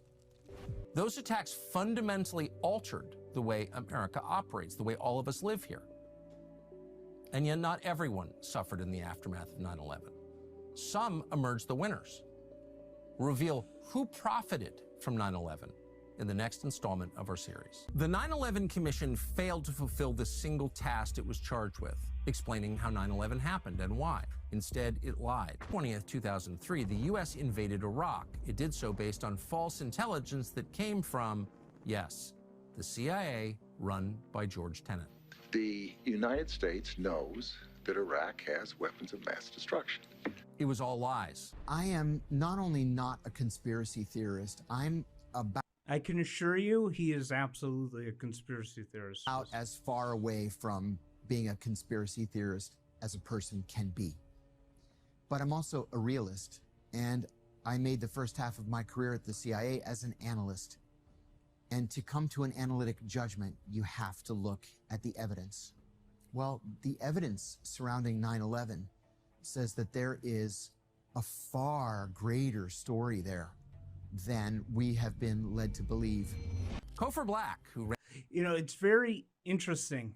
He's just saying there's something bigger. Now, he's not going to say exactly the Jews did it, but what else are you implying? ran the Counterterrorism Center, left the public sector for a successful career as a defense contractor. In 2017, maybe inevitably, he joined Hunter Biden on the board of Burisma, the Ukrainian gas company. Whoa, government figures joining boards. That's 15 years later, by the way. Yeah, that never happens, though. It's the Pentagon official who began calling for an invasion of Iraq just hours after the 9/11 attacks ended up getting the war he wanted. He also got a promotion. In 2005, Paul Wolfowitz became the president of the World Bank. He resigned 2 years later during a corruption scandal. In 2016, Paul Wolfowitz endorsed Hillary Clinton. Yeah. And finally, there's right. No, he left government in large part because of the Iraq War and the feeling of failure. And then he became head of the World Bank, but that's not something that was a reward from Bush. Bush was done with the neocons at that point. And the corruption scandal, I don't quite remember it, but it had more to do with the fact that a woman was promoted under him that he eventually, I believe he married, but it was seen to be improper, even though he had recused himself from the decision to promote her. So actually, he was entirely exonerated. That this woman was promoted under him, right? His girlfriend at the time, right. but that he had recused himself from any decisions regarding her job status, and that was proven later. So he was not fired for corruption. Later, he was he resigned, but this was just really quick. This is something that anybody who's a supporter of Trump should know. You've met Paul Wolfowitz, obviously, right? Yes. Is he this vicious, Darth Vader figure? None of them are. None of them are these Darth Vader figures. I mean, I don't know Rumsfeld really well. I don't know a lot of them really well. I mean, it's not like I go to beer with them every night. Right. So I knew Paul relatively well. Paul is, really true civil servant from the 80s, Reaganite, who believed in America, deeply patriotic, did not have particular attachment to Israel, by the way. He wasn't. Oh, wait. This is very important. He was peace now. I mean, he believed the Israelis should give up all the territory. He was quite more left side of the Israeli spectrum. This is very important. It was not in every one of these conspiracy videos, Paul Wolfowitz, it's always implied he was a total Likud. He wanted a greater Israel, hardcore nationalist right winger. No, you're saying he wasn't. Absolutely not. Yeah, absolutely not. He was on the left side of Israel's spectrum. Did not like Netanyahu. He was not right winger at all in Israel at all. Did he know Netanyahu? I'm sure he knew of him, and I'm sure he met him. He was not close with Netanyahu. So they weren't close. No. They didn't have long meetings. Okay, that's very important. No. That's very important because that's a core tenet of these theories. No, he does not. And he's not on that side of the spectrum. It's very important. Neither did Zelikow, by the way, the picture on the screen now. Man behind the dishonest commission report. After finishing his time as executive director of the commission, Zelikow got what he always wanted, more power. His good friend Condoleezza Rice rewarded him for the work he did on the commission. His work on the commission masterfully avoided any form of accountability or blame for the attacks. It was, from beginning to end, a lie. In the end, Zelikow blamed the government's failures on a failure of imagination. Not surprising. He got more power by becoming a dean at a university, which is all powerful. Yeah. Yeah, much more powerful than what he had in Washington. For every dean in a university. You're running the grad school. Turned down a school. high government job because it's a step down, starting with Kissinger. Right. Look, it's absurd to think that he was in any way a neocon behind the Iraq stuff. He's putting people in categories that are the opposite of the categories they were actually in. And his case. He's lying. This is crucial because I've never heard this. Was Philip Zelikow a greater Israel, far-right Israeli nationalist? No. And by the way, I would go one step further. Yeah. He mentioned about and he had that one line by Rumsfeld about weapons of mass destruction. Who was the one pushing the weapons of mass destruction exist in Iraq? It was Colin Powell and Richard Armitage. But they say who was head of nonproliferation. But they imply that Cheney people made him do that, though. The Cheney people made Richard Armitage and Colin Powell do anything. Well, did you watch the movie Vice ever? Yeah, I know. No, but that's the narrative. Yeah. This is the one with Oliver Stone did or somebody? No. It's the Christian Bale. You still haven't seen that. No, I haven't seen it because I don't. Because these things, Yeah. But that's the narrative. Okay. No, but what I'm trying to say is, look, this is an incredibly important point. Yeah. The strategic concept behind Iraq that was informing the crowd who was advocating for war in Iraq early was it was an unfinished war. Saudi Arabia, Kuwait, the larger Middle East was profoundly threatened by that. It's unraveling. We have to deal with it. Moreover, Iran, as a Shiite country, if you liberate the Shiites of Iraq, you put a dagger in the heart of Iran's ideology, because free Shiites are deadly to the Iranian regime, which was a Shiite tyranny that was revolutionary in Shiism. And the whole issue of Ahmed Chalabi, I never saw his curveball reports. Few of the people I know ever saw his curveball reports. And frankly, I didn't care about his curveball reports. Why? Why was Ahmed Chalabi constantly courted by our team on the Iraq issue? Because we watched what happened to the Israelis in 1982 in Lebanon. We saw them go in. We saw them have flowers thrown at them, hugs, kisses, candy thrown at them by the Shiites of southern Lebanon. And it was genuine because the Shiites of southern Lebanon had been oppressed by the Palestinian Liberation Organization. They'd been slaughtered. They'd been killed. They had been destroyed as a community, the Shiites of southern Lebanon. And they welcomed the Israelis liberating themselves from this satanic force they lived under. Israel got further north, and the same happened with the Christians. And Damour had been slaughtered out of existence as a Christian city because the PLO slaughtered them. The PLO was a Sunni Arab nationalist supremacist organization, and Shiites absolutely loved it. But then within 2 years, Hezbollah was killing Israelis.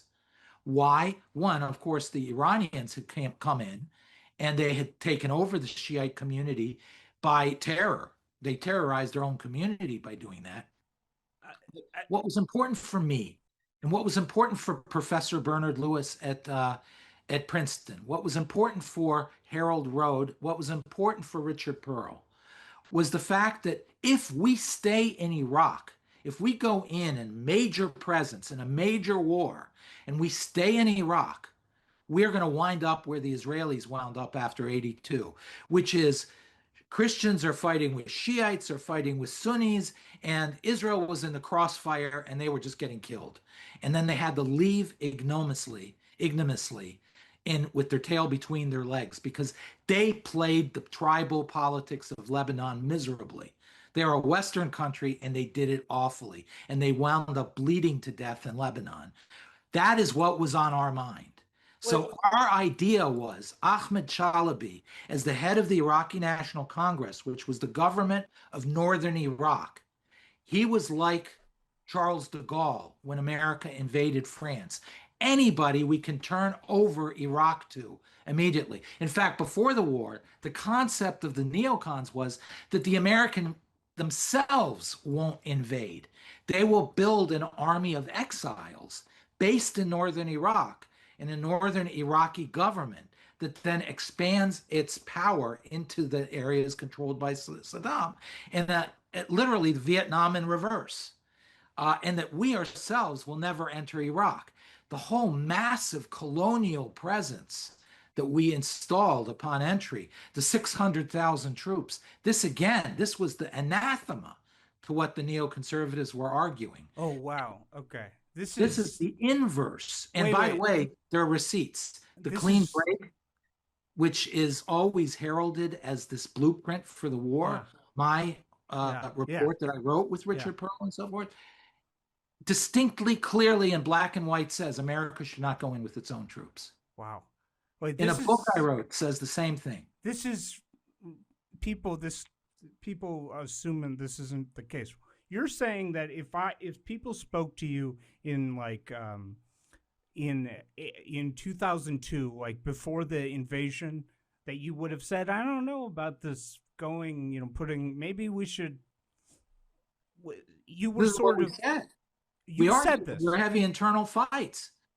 The neocon crowd, the Paul Wolfowitz, they wanted to empower the Iraqi National Congress and Iraqis to develop an exile army to go in, which also solves the problem of governance because they already govern in northern Iraq, so they already have experience. I need to ask you, this is very important because this has never been put on the record. Really simple. Philip Zelikow, Wolfowitz, those two individuals, who would they have voted for if they were Israelis, Rabin or Netanyahu? Rabin. Yeah, that's clear? Without doubt. What about, let me just ask the other people talking about, Douglas Feith. Douglas Feith is one of the few who probably, if he were an Israeli, would have voted for Netanyahu, but he is patriotic American to the core. He was beating up on the Israelis all the time for their relations with China. He was pro-Israeli in many ways, but when the Israelis crossed lines that he didn't like, he let them know that. And this is very important. How many times did you, Douglas Feith, Paul Wolfowitz go out to dinner? I don't remember. Once. I do remember my wife went to one of those gala events in Washington, and she was seated next to Paul Wolfowitz. I remember, I'd say that's about it. Wait. So this is the core of this Zionist, Jewish, neoconservative, nefarious conspiracy. It's David Wurmser, it's Douglas Feith, it's Paul Wolfowitz. You never went out to dinner together once? Not that I remember. But surely you must have had very long meetings together many times, right? We had meetings at AEI, at other places, at American Enterprise Institute. There was Washington Research Institutes. There were meetings with 40, 50 people, sometimes as small as 10 or 20. There was a study group under the Clinton administration that was run by the American Enterprise Institute, where Paul Wolfowitz was taking part, about Korea, by the way, not Iran or Iraq. Korea was really what Wolfowitz was interested in, by the way. Wow. North Korea was his big thing. So I think it's very important that they don't believe in Greater Israel and they weren't Netanyahu. No, they absolutely do not believe in Greater Israel. They were very, very Washington establishment when it came to Israel's. Israel was another country, and Israel was a problem on some level for them. They were still in the mindset of, if Israel could just reduce its footprint, if it just could make peace and reduce its footprint, make life easier for all of us. They wanted a two-state solution? Absolutely. Wolfowitz and... They did not oppose Oslo. Okay, because this is very important, because the narrative is they are greater Israel fanatics, and also that Israel is all they care about. But you're saying... No, actually, Paul Wolfowitz cared far, far more about North Korea at the time. Wow. Absolutely. There's that, and absolutely about North Korea. Richard Pearl cared about many things. Israel was something he cared about. He had some care, but it wasn't his obsession at all. I never got out of him a clear idea what he felt about Israeli foreign policy. I do remember he was very uncomfortable with the religious national argument for why Israel needs the West Bank. He always said the only valid argument Israel can make for any presence in the West Bank would be security. Whoa. This is why this is so important. Doug Feist was more to the right, because Doug Feist deeply understood Israeli politics. And he, as a Reaganite, as a conservative American, understood that the Israeli left was more like the European left, which was more like what we see here with progressives. So he was suspicious of the left, and he felt more comfortable with the Israeli right, which shared the values of the conservative. But you're saying you never got a firm view of Richard Pearl's view of Israeli foreign policy, and not only was he not some fanatic who wanted greater Israel, he wasn't even sure about arguments for being in the West Bank? No. Okay, that's very important. By the way, if you see the clean break, there was no argument about whether Israel should keep all or none of it. That wasn't even raised in the clean break. Well. And the reason for it was there was no consensus in the group. And, I didn't want to put words in anybody's mouth, number one. And number two, the whole point that Richard was making is, look, the United States needs Israel to start acting more robustly. They have power. Israel needs to understand, as an American ally, that power needs to be leveraged for the greater good of the Western alliance in America. The whole thing of the clean break is the inversion of what people accuse it of. What can Israel do for us? Not what we can do for Israel. Anybody who reads it, it jumps out at you. And by the way, the report called for the termination of aid to Israel. So it's not about the money. I'm so glad we did this, because you're going to see everything you just told me is going to totally contradict what you're about to see. Clean break. We called for termination of aid. That idea that Israel only cared about money, well, we cared about the termination of aid. Has never been indicted for it. It's been more than 20 years now, and we still don't know the simple truth about 9/11. But a new commission could find out. It could answer the questions that have hung in the air since that. And who do you think he wants to lead it? Let me guess, Thomas Massey? What role did John Brennan play in facilitating the attacks? Why did he seem to be working for the hijackers? What CIA official made the decision to attempt to recruit those hijackers? By the way, why did the Bush administration... I did not know who John Brennan was, never met the guy, didn't even know that name until he became, in the Obama administration, somebody. He's embracing such goofy these people. And by the way, Tenet hated me, hated the neocons, hated. Oh, yeah. Oh, let's just get that on the record. Was George Tenet a greater Israel right-wing fanatic who only cared about Israel? He was an American patriot of Albanian descent that hated the neocons, never showed any sympathy for the Israelis, was somewhat suspicious of them, and certainly did not see Israel as a greater Israel. In fact, he, as head of the CIA, became the author of the Tenet Plan, which was a structure through which the Palestinians would create statehood. Would he have voted for Rabin or Netanyahu? He probably would have voted to the left of Rabin. Again, it's very important because according to the theories, he was a Netanyahu supporter. Absolutely not. Dozens of clear warning signs. Why did the Clinton administration repeatedly refuse to kill or capture Osama bin Laden? The attacks, who knew they were coming? Why haven't they told us?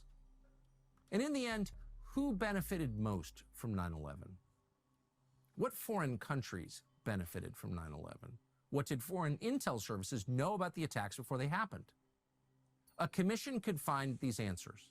That commission would have broad subpoena power, enough funding and personnel to get those answers. After more than 20 years, the American people have a right, an absolute right to those answers. They should be outraged by the lying, and they should demand to know what. Whom benefited most? If you start from the lie that Israel was behind the Iraq War and that this was the structure of justification for that, then you can say Israel benefited most. However, the Israelis were vehemently opposed to the Iraq War. I got an earful day after day. The Israelis are on record publicly. It's a public record. They thought the United States had lost its way. They said it was stupid. They said it was stupid. The Israelis very clearly did not see the Iraq War as reasonable. I got also from the Israelis an earful about the freedom agenda. Moreover, that we were seeking freedom for Arabs. They were basically telling us, you're wasting your time. You're going to give American blood and coin and life for trying to save people who have no shred of understanding of what democracy is and freedom. You are wasting your time. Worry about your interests. And your interests right now do not lie in Iraq. It's contained. Who told you this? Like government figures in Israel at the time? Government figures and private figures. Everybody. It was a consensus in Israel. So they were all what the hell are you doing? And so if you know that, then you go back to the question, who benefited? And I'm having trouble understanding how the Israelis would have benefited. In fact, they were one of the biggest, the opposite of benefactor. They paid one of the highest prices because what happened? Iran, their primary enemy, their nemesis, the one that wants to destroy Israel. Iran was no longer contained by Iraqi power. Just so people know, They got out of the box. Iran and Iraq fought a brutal, decade-long, basically, war against each other.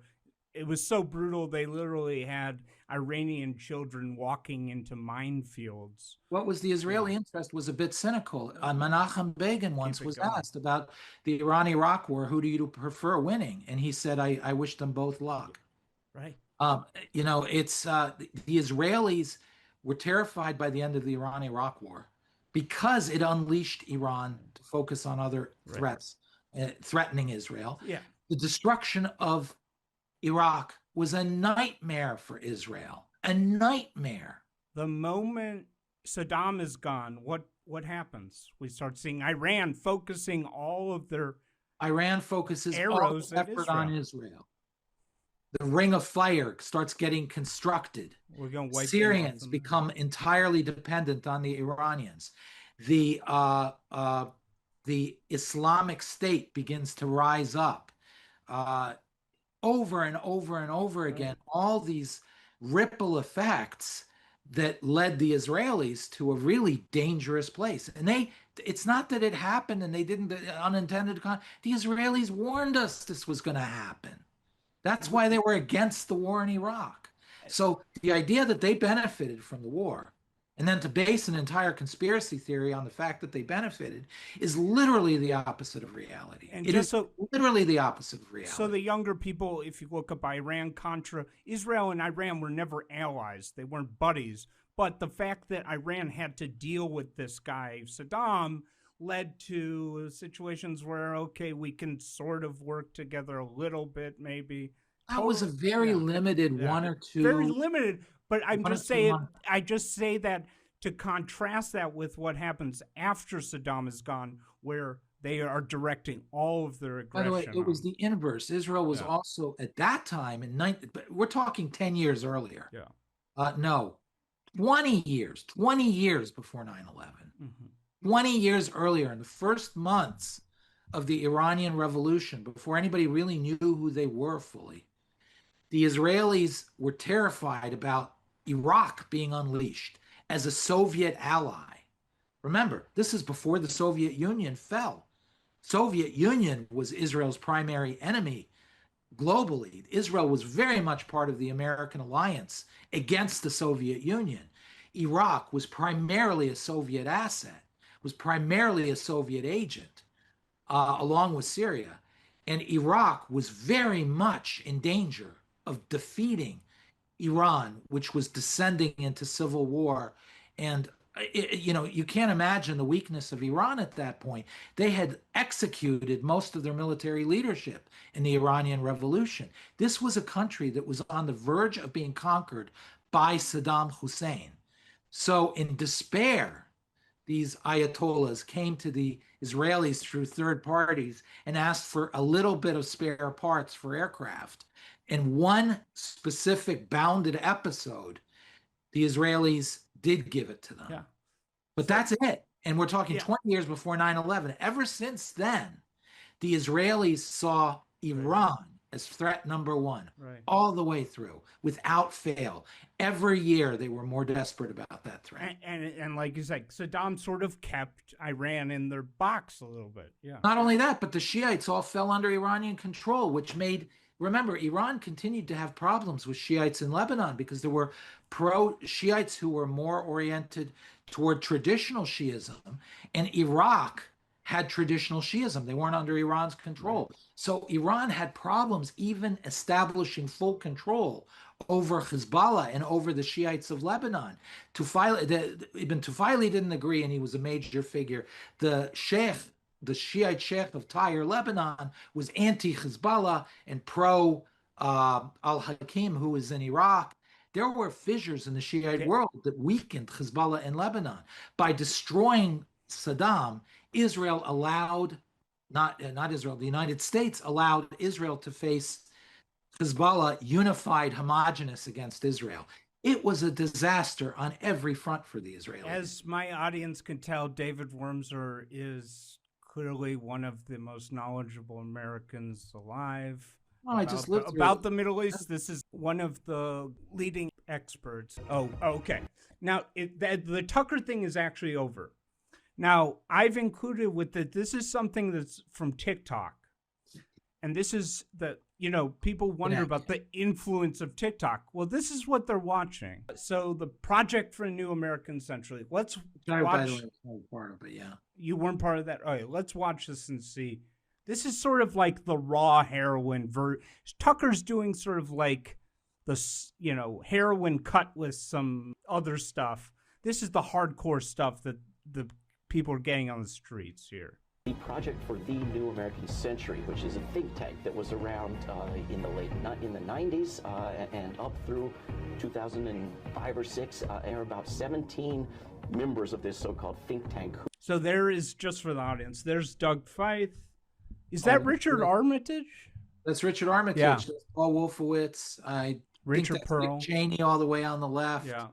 There's Zal Khalilzad, who became ambassador. He was an Afghani who became an ambassador to Iraq eventually. Then you had next to him Richard Pearl. Yeah. I don't know who that is. That's a young Dick Cheney. That's young Rumsfeld. And that's Dick Rumsfeld, yeah. Yeah. And so Armitage isn't even a neocon. All right, let's continue. Who were in top positions in the Bush-Cheney administration. And a couple of these guys, Feith and Wolfowitz, had earlier worked for Benjamin Netanyahu in Israel and put out a paper. That's not true. It's just not true. Nobody worked for Benjamin Netanyahu. They did not take a dime. They never worked for Benjamin Netanyahu. And here's the clean break that I wrote. Yes. Okay. Who did you write this with? This was for I think it's called IIAS. Oh yeah. Institute for Advanced National Security or something. I think it's a major think tank in private Israel. Think tank funded entirely by American contributions, American private contributions.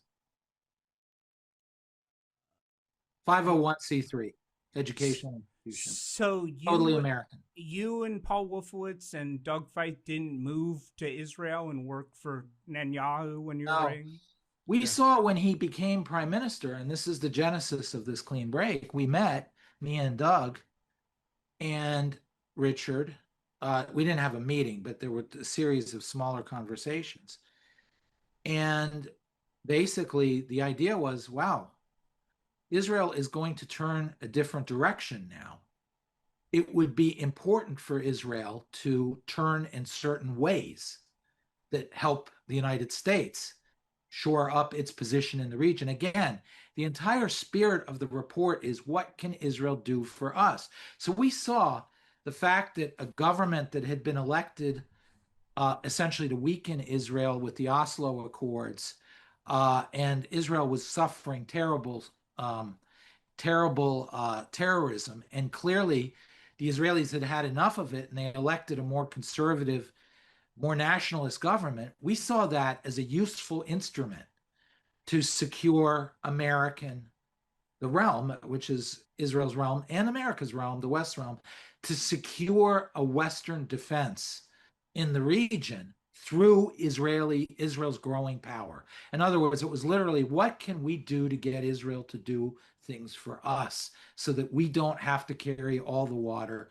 without anybody else sharing the burden? Because the Saudis, the Kuwaitis, we had tremendous obligations to defend them, the Saudis, the Kuwaitis, but they were unable to defend themselves. So we had to massively invest in the Rapid Deployment Force, which became CENTCOM, American deployments in the region to defend the Persian Gulf, the oil, Saudi Arabia, Kuwait. And we thought the Israelis are a power. The Arabs are no longer that anti-Israeli, certainly not the Arabs who are aligned with the United States. Why can't the Israelis do more for us? And here comes a government that is elected, that is very pro-American, and Netanyahu is very pro-American, grew up here, went to high school here in Philadelphia, worked in America in a hedge fund. Tucker says he thought this is wonderful. Right. A Reaganite type Israeli who believes in capitalism and free market and free enterprise, believes in American power, was one of the biggest advocates for American security under Ronald Reagan. A real voice globally already back then for shoring up Western defense against the enemies of America, was elected prime minister. And all of a sudden we were like, well, wow, we should write a memo to him that basically says, listen, you're just elected. You can help your country and you can help our country if you do the following things. And that's what this report is. So he didn't hire you and Paul. No. Paul Wolfowitz didn't even write it, right? He wasn't. Paul Wolfowitz was not even involved. Okay, so that's another. Those people you see there were the only ones involved. Yeah. So let me just play the Tucker role. The one part of it they probably point to is destabilize. I just put it. I asked ChatGPT summarize the clean break document and made points pretty accurate. But one is destabilize hostile regimes, advocate confronting or undermining governments like Syria and Iraq. Okay, so that's what they point to. So how do you respond? Iraq, we had been to war with in 1991, defending Saudi Arabia and Kuwait. I think it would have been an act of governmental malpractice if we didn't think of how do we weaken Iraq. Our allies requested it. Our allies depended on us containing Iraq. But the whole point of containment was to weaken Iraq. But in Clean Break, you didn't say, oh, Prime Minister Netanyahu, you should try to get America to do a war in Iraq, right? It doesn't say No, that. Actually, if you read the report, it says very clearly, America should not militarily intervene in Iraq. It should not invade. It should not be the one changing a government in Iraq. It's in black and white in the report. The whole idea was that sooner or later Saddam is going to come back at us. Sooner or later the containment is going to fail. Why don't we work with the Iraqis to help destabilize the government there? Oh, the Israelis just were elected. Maybe they'll get it too and they'll help us. So we're the Israelis never did, by the way. Yeah, we're well above 10 lies. So one lie, Tucker said, the others, neocons wanted America to fight Israel's war. No, and the report is the opposite. And the We wanted report Israel says to the fight exact. America's war. The report says the exact opposite. That yeah. I have been consistent my entire life, and this report is consistent with that. And I I'm don't also want to against offend my Israeli friends, but my whole point is Israel has to defend itself. And if it is going to be a joint thing, Israel has to fight America's war, not America-Israel's war. The whole point of Zionism is that Jews defend themselves and that they no longer the whole point of the last 2,000 years for the Zionist narrative is Jews cannot depend on non-Jews to defend Jews, and that Israel must become self-reliant. Israel's very purpose is that Jews take back their destiny and become, and the whole point of the report is fine, but just because you took back your destiny doesn't mean you can't help us too. Yeah, and as you know, I agree with you wholeheartedly on that. Anybody who says one word about the clean break owes me to read the clean break. It's only 6 pages. Advocated the same kind of program that they then put out papers from PNAC advocating. That is intense nationalism and militarism and going after Middle Eastern states with a... Okay, wait. Let's go back here. Let's hear Wolfowitz, this. had earlier worked for Benjamin Netanyahu. Okay, so Paul Wolfowitz didn't even write it. He never worked for Netanyahu. No, that's just an outright lie. He didn't even support Netanyahu. Right, Israel and put out a paper that advocated the same kind of Wolfowitz program had nothing that to they do with then this put out. paper. Okay, wait, but I just... And I don't think he would have agreed with 90% in it, by the way. This is a crucial part of the conspiracy, so this part is very... Wolfowitz had nothing to do with it. For Benjamin Netanyahu in Israel and put out a paper that advocated the same kind of program that they then put out papers from PNAC advocating. That is intense nationalism and militarism and going after Middle Eastern states with aggressive wars. By the way, one thing. The intense nationalism Paul Wolfowitz had, and Doug Feith had, and that I had, was the same thing that got me into the U.S. military. It's American nationalism. He mixes, worked for Netanyahu, intense nationalism, i.e., they were Israeli patriots. They were American patriots, every one of them. Many of them sent their kids to the military. So the U.S. military and U.S. Marines. Many of the people they keep talking about, Elliot Cohen and Michael, their kids were Marines. Many of them wound up fighting. The former neocon Bill Kristol, they would also put in this conspiracy. His son, I think, is a Marine. Were they more robust, muscular American policy? These were Reaganites.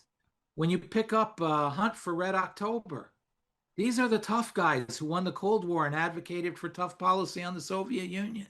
Okay. This is Ronald Reagan. This is who their beacon was. Yes, they were nationalists. So I thought that's what Tucker was. What do you make of this thing they're doing? And by the way, this is from TikTok. This is not the Tucker thing, but this is very common. This is basically, so many videos do this. This connection they make between what you wrote in Clean Break to PNAC. Is there a connection? No. Do you even know? Did you help write PNAC? What's it called? From PNAC. Yeah. Rebuilding America's Defenses? No. You didn't write that? No. Have you read it? I don't think so. You've never read it? Okay. I don't think so. But this was the core document of the conspiracy, as you'll see. But you've never even read it. That's wow. I'm glad I've been informed about my own. Well, you're about to learn what the conspiracy. I'm going to learn what I did. This is good. Advocating. That is intense nationalism and militarism and going after. And again, just to point out, your Clean Break thing said Israel should get off relying on America and not have America fight wars for it. This guy is saying that it was. This guy's saying it was advocating the exact opposite. The exact opposite is in there. I also called for the ending of American aid to Israel. Israel can make a clean break from the past and establish a new vision for the U.S.-Israeli partnership based on self-reliance, maturity, and mutuality, not one focused narrowly on territorial disputes. Israel's new strategy, based on a shared philosophy of peace through strength, reflects continuity with Western values by stressing that Israel is self-reliant, does not need U.S. troops in any capacity to defend it, and can manage its own affairs. Such self-reliance will grant Israel greater freedom of action. David Wurmser, Clean Break, Memo, 1996. Yeah. Middle Eastern states with aggressive wars. There are several key papers that they published, and the biggest one maybe was in 2000 called Rebuilding. So he's implying you helped write this. You didn't write it. You haven't even read it. Let's No, if I remember correctly, at PNAC at the time, I wasn't involved with PNAC, so I got to remember. I think a guy named Gary Schmidt was in charge of their foreign policy, defense policy stuff. He probably wrote it. And PNAC, tell me, it's this all-powerful organization. It's got billions of dollars and hundreds of employees, right? No, it's no, it was like one guy. I'd be surprised if they had more than 15 employees. It's like a printer, basically. Yeah. Defenses as if they needed to somehow be rebuilt. This is being seen on Capitol Hill as another Pearl Harbor. Israel's former Prime Minister Benjamin Netanyahu has publicly said the September 11th attacks have been good for Israel. In 2002. Okay. This is Larry Wilkerson. Yeah, by the way, he did not. We saw that earlier. He did not say it was good for Israel. Yeah. He said relations. It was that, and again, it was that, welcome to my world. I've been there, done that. That's what he said. We see that's twisted out of their theory is that PNAC said we need a new Pearl Harbor, and then they created it with. I didn't ever see that. I would, and if I had heard that, I don't know anybody in his right mind who would have thought that America needs to be hit. Do you know Larry Wilkerson? Personally, not well. I mean, we obviously worked in the same building, we're in meetings. We were not friends. Well, you'll see what he's sort of become right here. Israel. In 2002, the Pentagon was infiltrated by Mossad. They did not need any identification to get through the river entrance of the building. They went upstairs to Douglas Feith. Occasionally, they went to the second most powerful man, Paul. This is, by the way, this is all just lies. But they didn't need identification to get into the building. Nobody who doesn't get into the building in the Pentagon, nobody who doesn't need to present identification. I'd never seen the Israelis go in, but that's just not right. I know the Pentagon security. I worked there, as I said, for that 4 months. I was there for 10 years, serving on the weekends. Nobody gets into that building without a check and without a badge or without being escorted. Well, his claim is even bolder. Let's hear it. Occasionally, they went to the second most powerful man, Paul Wolfowitz, the Deputy Secretary of Defense, and they had run of the Pentagon. Donald Rumsfeld, the Secretary of Defense, said to my boss one time, "Hell, I don't run my building. Mossad does." Whatever behind that joke, I don't know. But I don't the Israelis had access. People don't think he's joking. Well, first of all, I want to see where he gets that and how he heard it. He said, he said, she said. I really think there, I doubt there were very many meetings between Colin Powell and Donald Rumsfeld where there weren't other people in the room. I would like to hear some third. So just to be clear, was Mossad running the Pentagon in 2002? No, intelligence sharing with Israel actually was a problem in the other direction since Pollard, which was in the late 80s. We were very restrictive on some of the things we would share with Israel. There's still a great deal of suspicion. And the Israelis were not getting everything that we saw. And there were lots of, as I said, restrictions. They did not have a run of the building. In my time in the Pentagon doing this special project, I didn't meet or see a single Israeli in the building. Perhaps Wilkerson is basically implying that you and Douglas Feith and Paul Wolfowitz are members of Mossad. So let me just ask, are you a member of Mossad? Nope. Is Paul Wolfowitz, do you think? No. I mean, look, I don't know who was a member of Mossad. Do you think Doug I have no indication he ever was a member of Mossad. Right. And he was certainly not very pro-Israeli in that sense. The other thing is, Mossad's pretty sophisticated. You get an American Jew after Pollard and you were caught, you'd get every Jew in the U.S. government was scrutinized like crazy. And that's a whole episode, a little bit of anti-Semitism too, is all Jews were implicated by Pollard in the U.S. government. And after that, it became very unpleasant for Jews to get clearances and to work in the U.S. government at high levels or with deep intelligence access. The idea that the Mossad would choose a Jew is insane. And you know he's running for Knesset. Do you know that? Who? Pollard. Yeah, I do. But he hasn't picked a party. He hasn't picked a party, and he's unstable.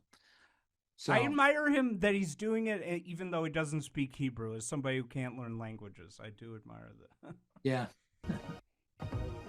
Here we see the anti-Semitism with the Star of David. If you look back to 1996, there was a study done for a fellow who has become prime minister for the first. And this is this crackpot Ray McGovern, who I believe worked at the CIA, maybe even in the 70s, like a long time ago. Yeah, we need to really examine who we've let work in the CIA. That, you know, we think that it was such an anti-leftist, anti-communist structure.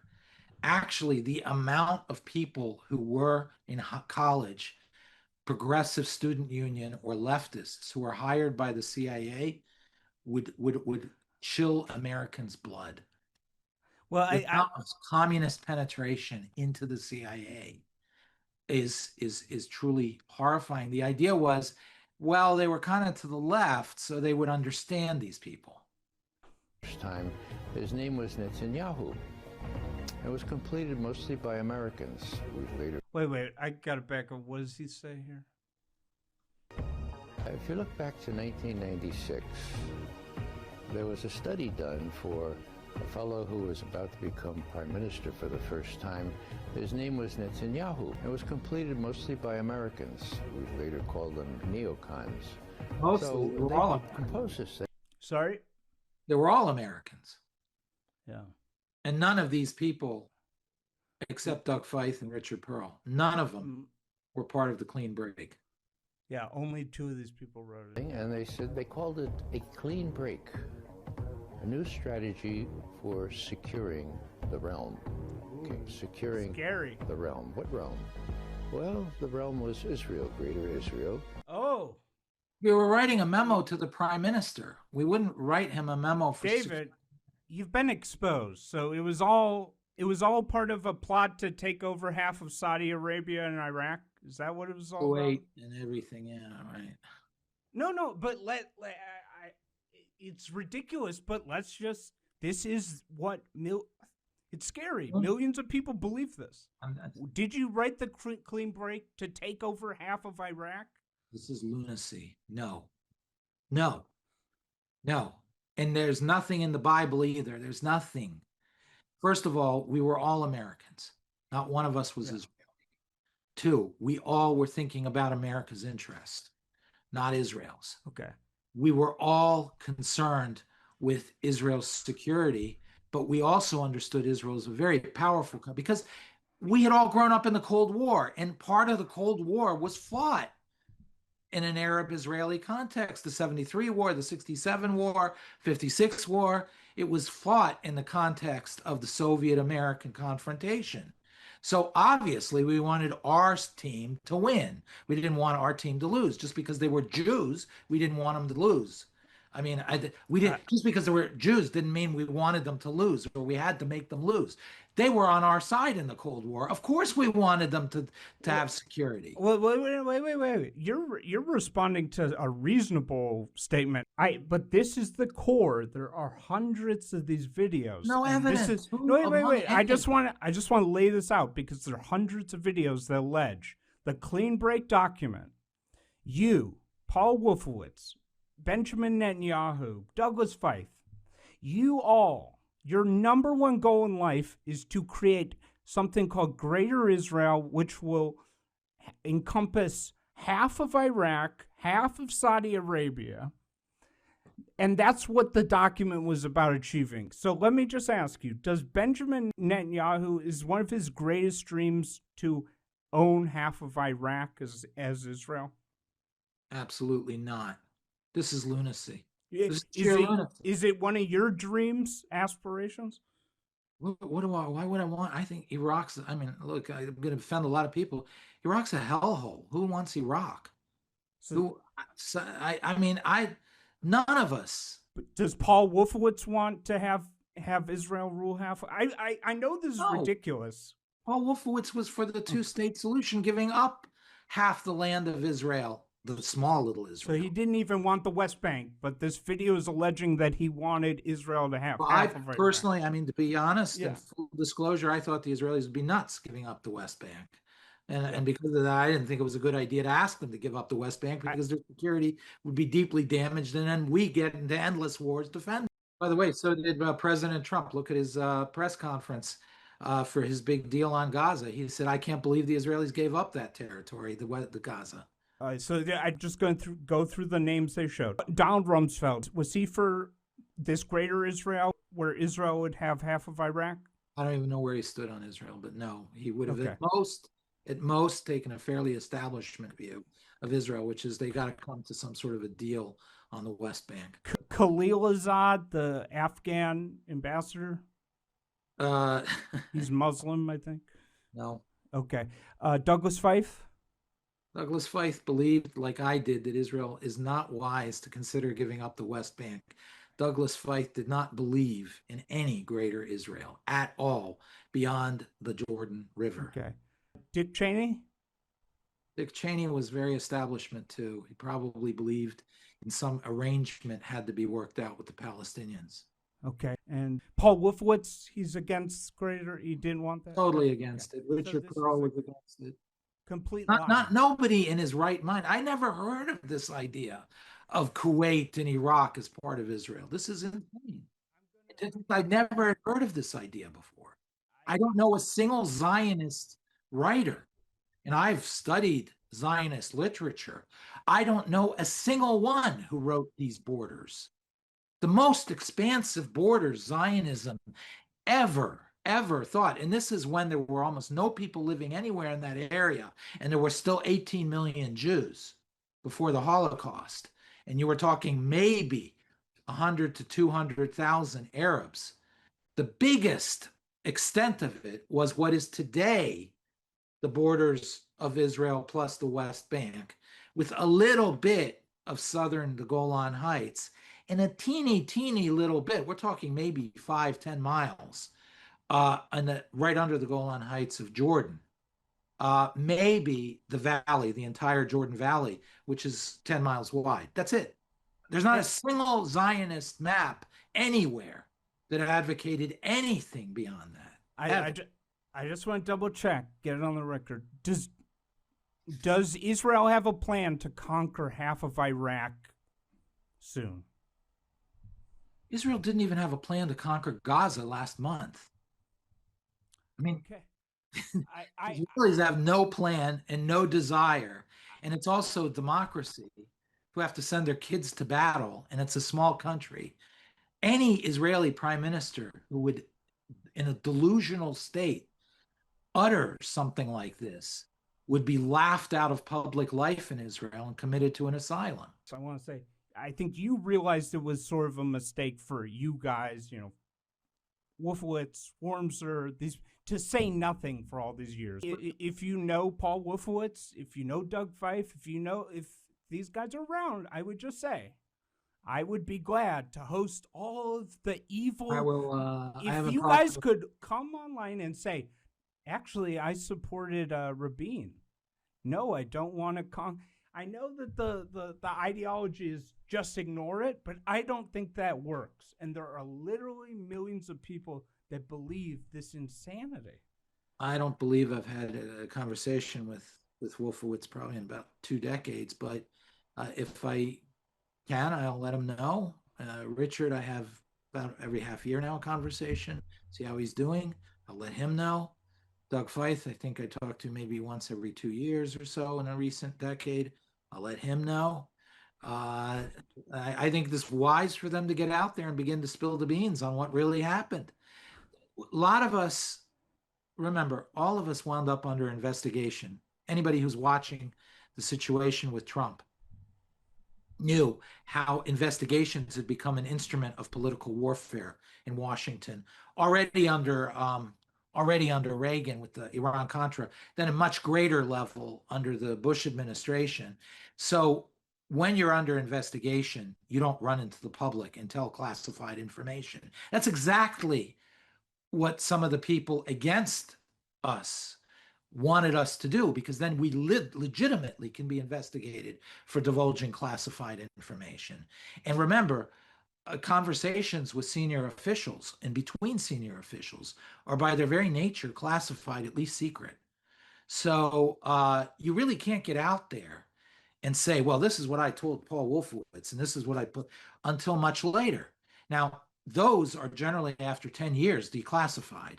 So conversations, if it's based on sources or methods as intelligence, at that point, they govern the classification of that intelligence, which could take a lot longer than 10 years. But personal conversations over policy are within a decade revealable.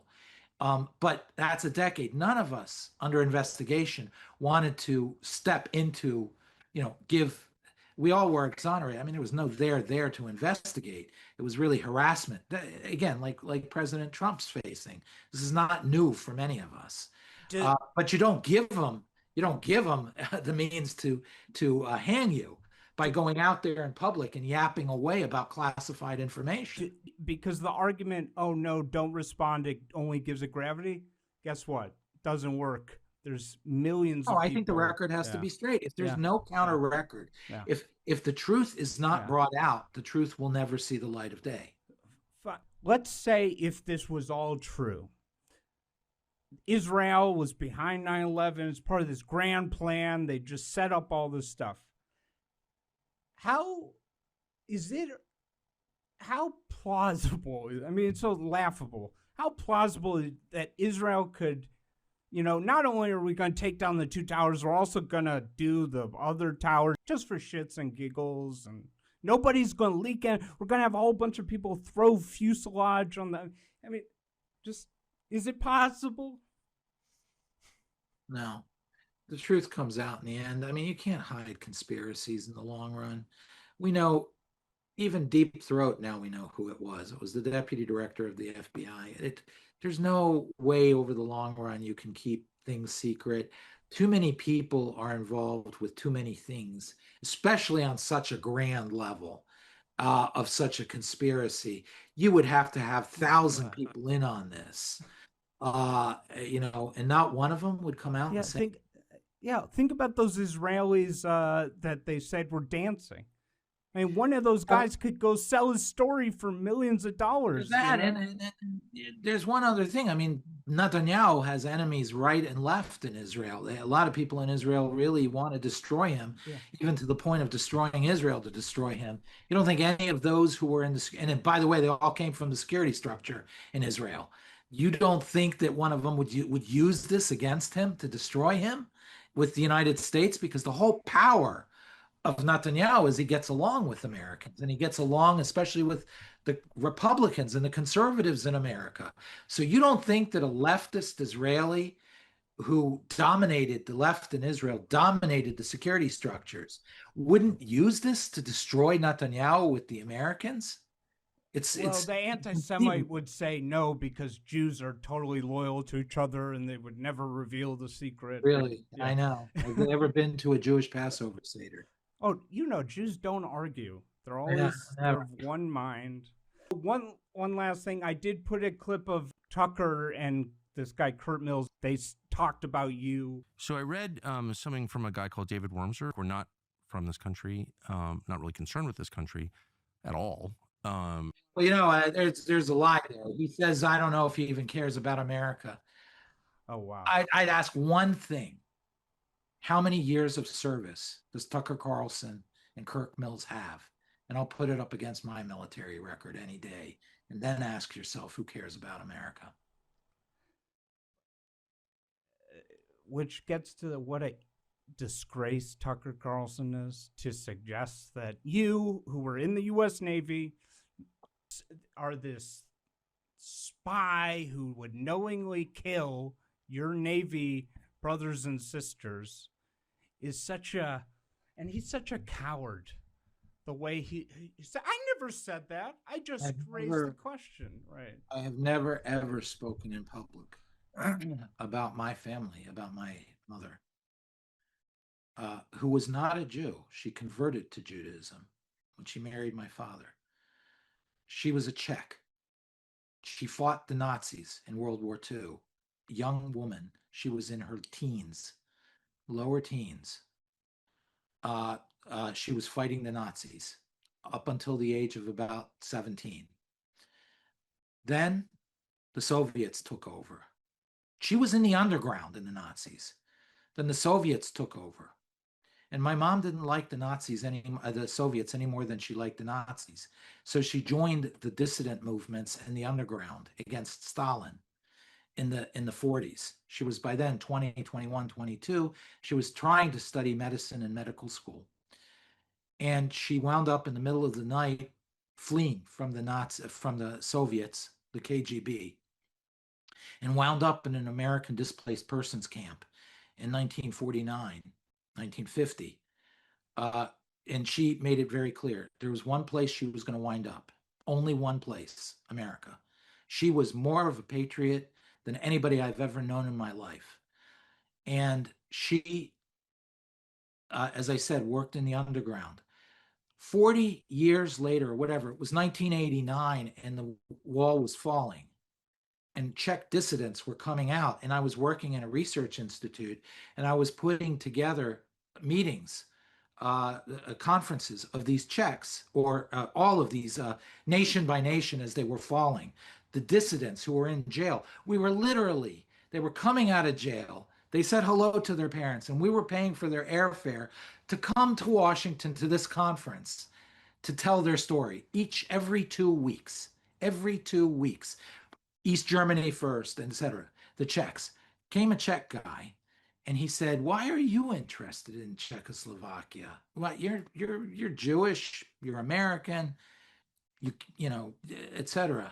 You're a Middle East expert. Why? What do you got to do with this?" And I said, "Well, my mom was Czech." He said, "Really? Well, okay. Where was she?" And I told her she was in medical school in Brno. And he goes, "Really? I was in Brno in medical school at the time. Who was your mom?" And I said, "She was," and I gave the name, Stanka Kodolova. He fell off his chair. He said, "Do you know who your mom was?" And I go, "Yeah, she was a medical student." He goes, "Oh, no, she was much more than that. You know what she did against the regime?" And I said, "Yeah, she did. She apparently didn't get along very well with Stalin. And that sort of got to the point where she had to run away in the middle of the night without saying goodbye to her parents or anything." And he said, no, you don't get it. Your mom was head of the Moravian underground against Stalin. Head of the Moravian underground. She led it. And she fled as the leader of the Moravian underground. She had anti-communism, anti-Nazism, and deep American patriotism in her bones as a matter of survival. To sit there and think that America, that I wouldn't care about America, which is exactly the words he used, is beyond me. It's beyond me. It's why I joined the military. It's why any writing I have ever done is pro-American. I have never been blame America first. He is blame America first at this point. Nations hate us because we deserve it in his worldview. I have always been America first. America good and bad. America always. A few weeks after October 7th, Tucker Carlson did a show with Candace Owens.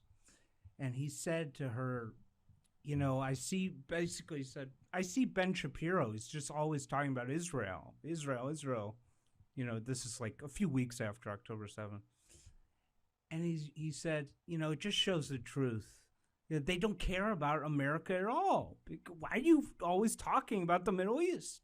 So every American who likes Britain is all of a sudden. What is Tucker Carlson talking about these days? Has he done any shows on the Middle East? He's obsessed with I Israel. guess he hates America then. Yeah. No, look, it's also just because you're Jewish or you're pro-Israeli doesn't make you anti-American. The opposite. Again, as I said, the Jewish people have not had a fun 2,000 years. The American experience, and I'm not talking about the last 50 years, I'm talking about from before the revolution. The American Jewish experience has been special. This is the promised land other than Israel. These two are the promised lands for America, for Jews, America and Israel. There's no two countries in the world that Jews feel deeper commitment to than America or Israel. The idea that Jews do not care about America, the idea that even if they're intensely pro-Israeli, they don't care about America. It means you don't know Jews. He says we don't care about America at all. Final you know thing. who wrote "God Bless America" song? Yeah. Yes, I do. It was there you go. Just final thing, just to sort of wrap it up in a bow. And I think the irony of what we've shown in this is that the clean break was about something I totally believe in, which is Israel must get off relying on America. And part of the reason I want it is because it allows a little bit. These people would always have conspiracies, but I don't even want to give them the opportunity to say, look, we're paying for Israel's free healthcare. You know, my life sucks because we're giving them free stuff. Absolutely. That's why Israel must also get corrupting of Judaism. It's corrupting of Zionism and corrupting of Judaism. Yeah. The whole point of Zionism, the whole point of the establishment of the state of Israel is that Israelis finally become a normal people defending themselves, and they don't distort their world of dependency and reliance and trying to maneuver to survive against powers that, if a Jew was in trouble, it needed a non-Jew in government to protect them. That situation came to an end in World War II and the Holocaust. And Israel, any backsliding, and many of us, by the way, and I've written in Hebrew on this, against Israel's security structures, saying, you guys are returning back. You're too dependent on America. You shouldn't be asking for more aid. You shouldn't be getting money. You shouldn't be getting weapons up out the wazoo. Yeah, buy American weapons. That's fine because it makes American jobs. But I mean, don't depend on this. You need to stand on your own two legs. And it plays into what's the narrative the people who hate Israel always say. Israel's weak. It's just a colonial thing. It's held up. They're nothing without America. And also, they know that Israel has less freedom of action because they have to get permission from the Oval Office to do everything. So getting off of American dependence would make Israel more respected, feared. Yeah. Correct. I mean, you were there. You saw on Twitter. You saw what I said about during the Iran war a couple months ago. You saw what I was saying about the potential for an American airstrike to help. I think you were against it, weren't you? I was vehemently against it. Wow. I said, this is Israel's war, that it's actually America's war too. I said it was healthier for Israel to fight this one alone. It would be a disaster if Israel asked the United States to join in.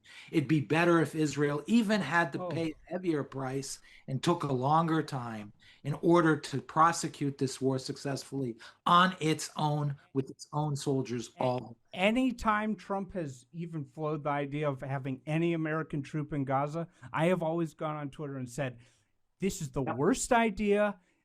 Should never happen. Never let an American troop in Gaza. You can't let an American troop die for Israel. Yeah, so I do not want a single American troop ever to go to battle or die for Israel, ever. I want Israeli troops out there defending their position in the Middle East, and then we derive benefit as a power that doesn't want to constantly engage in an endless war in the region. I want us to derive strength from their strength, not the other way around. You see, Tucker was right. He's a Israel first trader, and he wants America to fight all Israel's wars. You heard him say it. There you go. Thank you so much, David. Thank you. I really appreciate the opportunity to chat. I think we'll do a lot of good. Thank you.